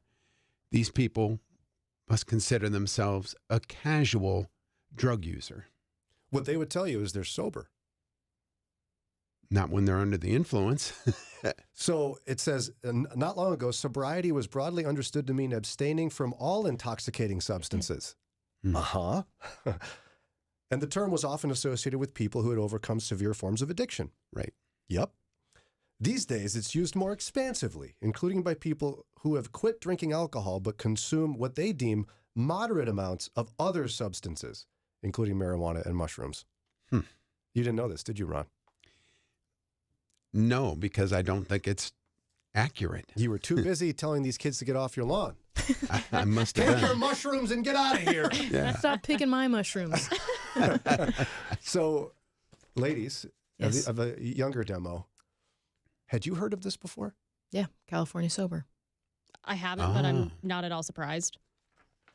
Yeah, see, I learned that term in here. Mm-hmm. It goes on to say, as some drugs come to be viewed as wellness boosters by those who use them, wellness boosters, adherence to the full abstinence model favored by organizations like Alcoholics Anonymous is shifting. Some people call themselves California sober, a term popularized by 2021 song by Demi Lovato. I guess you'd heard of that. Yes. Is it true in your, not from you personal, I'm asking from people around you. You don't have to talk about your own personal life in this one. Are you seeing this idea that alcohol is less popular with young people? Yes. Yeah. What's going on there? Do you know what's going on there? I think people have seen how destructive it is. They've seen their friends or siblings or parents and how destructive alcohol is. And so they don't like how it makes them, feel, or they forget, or, and so they don't want to be of that mind. I think they just have other vices. Like a shocking number of people in my generation, like everybody knows that cigarettes and alcohol are damaging. And so like, we want to be healthier. A shocking number of people in my generation think there are literally no adverse health risks or psychological effects from smoking weed. They're just like, it's natural. Well, technically so is tobacco, but that's also bad. Exactly. The ketamine one is what gets me. I have a friend who's an anesthesiologist. That's a drug you use to put someone to sleep for surgery. But apparently this guy can go and, where is this? You go to some place for infusions of this? Yeah, Special K. Where have I been? You've heard of this? Yeah, not the infusions thing, but I have heard ketamine is a street drug. People get, probably steal it from a veterinary clinic or something and then pawn it out on the street. But you can actually, apparently in some places, go somewhere to do this? Like, hey, I'd just like a little infusion today. Give me 2 cc's or whatever. I'm not a doctor. I don't know what that means. Have you heard of this? No, I didn't know that you could do that. No. Yeah, news to me. So, I mean, I'm just a little, I don't know, taken aback that sober doesn't mean sober. With cannabis in particular, there has been so much science thrown at this over the past 20 years or something. We think of you go find some shady character on a street corner and buy a few joints from him and go smoke it behind the store or whatever. But now they have a number of strains that they've developed, And you can go to a store in Colorado or Oregon or wherever it's legal and be like, yeah, this is what I want. I want something that'll help me feel better and help me sleep better or help me, with my joint pain or something. And you give them symptoms and they will find the strain that best fits your need. And then over the course of time, you work on your dosage, what works best for you. And, it's pretty scientific. Yeah, it goes on to indicate that it's not just, like young people, but some physicians are looking into this. As in, approaches that might have once seemed ludicrous, like treating opioid addiction with psychedelics, have gained broader enthusiasm among doctors as drug overdoses kill tens of thousands of Americans each year. Right. Dr. Peter Grinspoon from Massachusetts General Hospital said the abstinence-only model, and again, this is for drug use, is very restrictive. He says, and he prescribes sometimes medical cannabis for people to kick their opioid habit. He says, we really have to meet people where they are and have a broader recovery tent. Dr. Nora Volklov, a psychiatrist who since 2003 has led the National Institute on Drug Abuse, it's a division of the National Institutes of Health, said she was trained to think that the only way out of addiction is total and full sobriety. But over the years, she said, she's come to see that that's an unrealistic expectation for some patients. Reduced use or replacing highly addictive drugs with opioids, like opioids with cannabis, may be a decent outcome for certain people. Yeah, I've heard of it. It's like a weaning process, basically. Like we'll give you something else, right? That's less harmful and less, I don't know the word, but it's to bring you off of something like, cocaine or meth or something and kind of wean you off of it with other things. And I think some people, what they're indicating here is some people maintain their sobriety from more dangerous drugs by, for example, fairly regularly smoking marijuana or taking microdoses of mushrooms. I think we need to examine the problem in our culture that has made this a thing, where there are apparently entire groups of people that are like, I couldn't possibly not use drugs or whatever. Like, if you're drinking alcohol every night or doing that in public and it's, not like a restaurant or something, people are going to look at you and say, you've got a problem. For some reason, weed has just very, very quickly become so socially acceptable, and people don't realize that it is damaging to your lungs, to your brain. It is addictive. And like I said, people in my generation, because weed has honestly been marketed to Gen Z and, younger millennials as well, they literally don't understand that this is also a dangerous substance. Yeah, and, at the same time, I will say that, right, opioids on the street, dangerous and addictive, but to some extent, they're an important part of pain management in some circumstances. And I think the medical use of marijuana could be argued pretty adamantly by somebody right now. I'm not the guy, I haven't studied it, but there certainly are some situations like when someone's on chemotherapy and they aren't able to eat, that this can maintain it. And you can be prescribed it by physicians. Again, we're not experts in this area, but I think awareness is important because we're going to have some moral issues to deal with when it comes to these kind of things. And I want to continue chatting about it together here coming up in just a moment. Thankful for listeners and support from businesses like Duma Meats and Farm Market. Duma Meats and Farm Market supporting Moody Radio in Cleveland and surrounding areas. More information about Duma Meats and Farm Market is at dumameats.com. When CareNet conducted a national survey of hundreds of women who'd had an abortion, a stunning statistic emerged. 4 out of 10 women who chose an abortion were regularly attending a church at the time. Abortion isn't just an out-there issue in the community, it's inside the church. Making Life Disciples is an exclusive CareNet curriculum designed to equip churches to provide compassion, hope, help, and discipleship to women and men considering abortion. Making Life Disciples is a simple, easy-to-access training that allows your church to begin a gospel-centered approach to caring for the abortion vulnerable. Transform your church's response to abortion, form a network of security for people at risk, and become a central point of compassion in your community. Learn more about the Making Life Disciples curriculum at care-net.org. Search Making Life Disciples at care-net.org.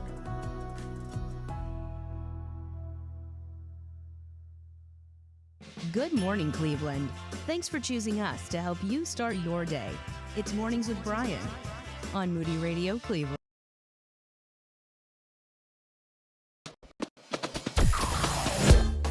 Mornings with Brian. Moody Radio Cleveland. 103.3 at 6 to 9 a.m.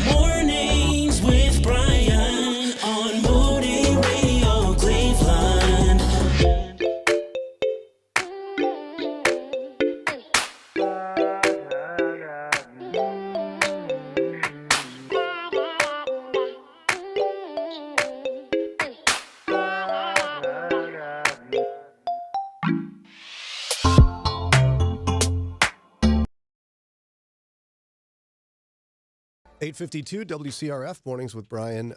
We love talking about today's issues from a biblical perspective, and we're just kind of scratching the surface of something I think we're going to cover in more detail in the days ahead. But I found out over the weekend that sober actually doesn't mean sober anymore, especially if you're talking to somebody, of a younger demographic. They may mean that means they're alcohol-free. They don't drink alcohol. But they may partake in other substances. Now, I think on a broader sense, what I found really interesting in the last election was rightfully so. Many people were very concerned about issue 1, having to do with abortion, right, here in Ohio. Were it not for issue 1, all Christians would have been talking about is issue 2. Mm-hmm. But because of the importance of issue 1, I pictured like a whole bunch of people who love marijuana, like just giggling because no one was paying attention to issue 2. Especially if they had been taking marijuana, they would giggle all the more. I remember the first time I was driving over to your house, Lauren, and the first sign I saw was on your block for issue 2. You're welcome. But that legalized recreational marijuana in Ohio. And I think, we know the scripture talks pretty clearly about drunkenness. I mean, it talks about alcohol very clearly.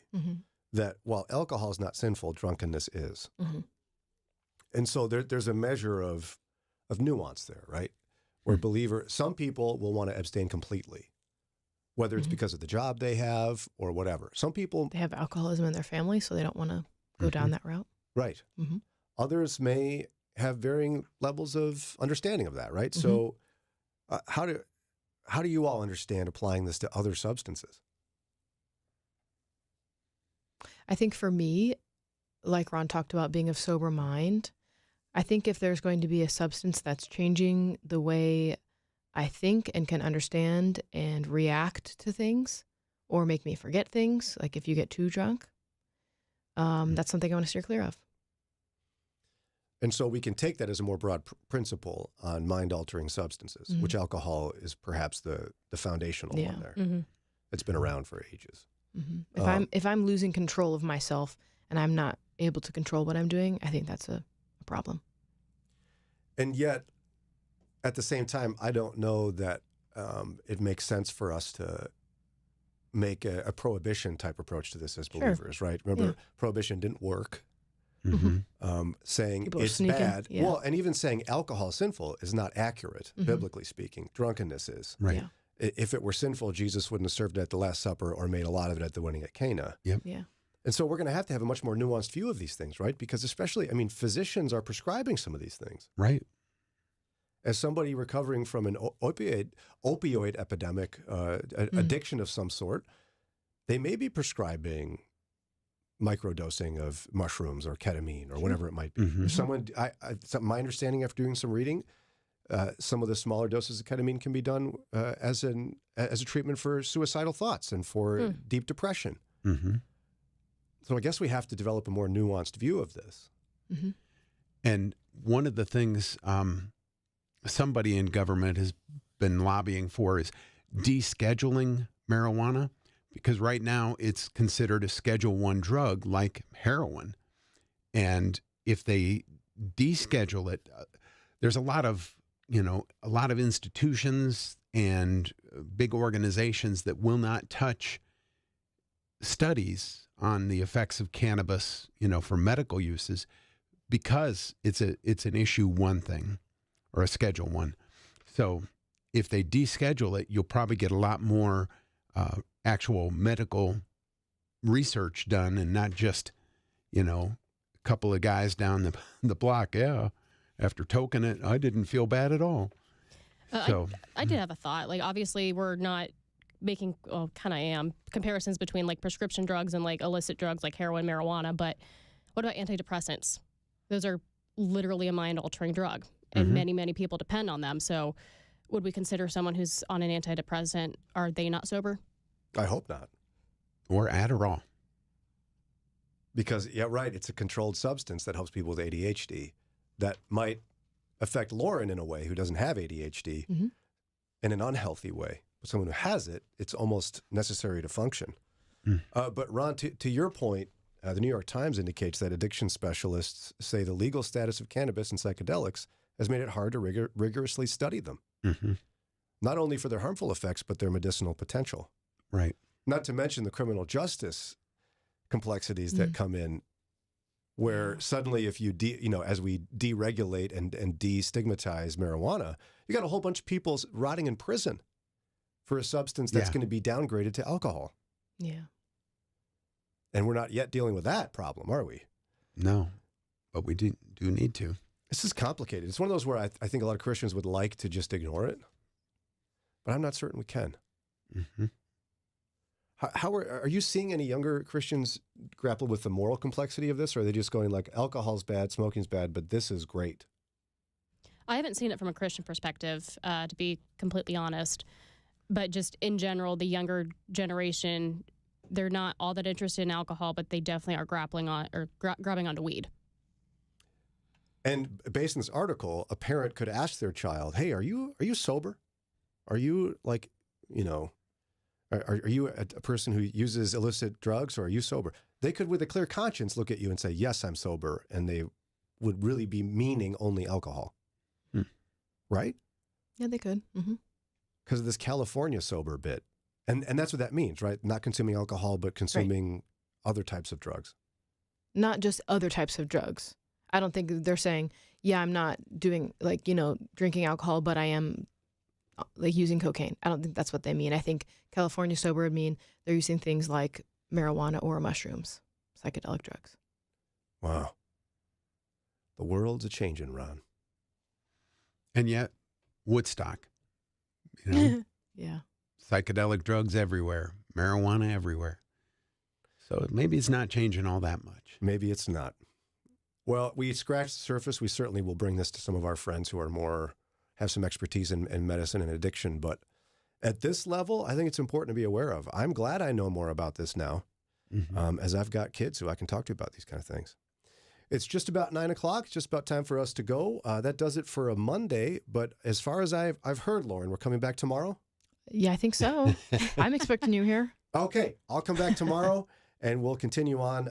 But for now, it's time to get to, yes.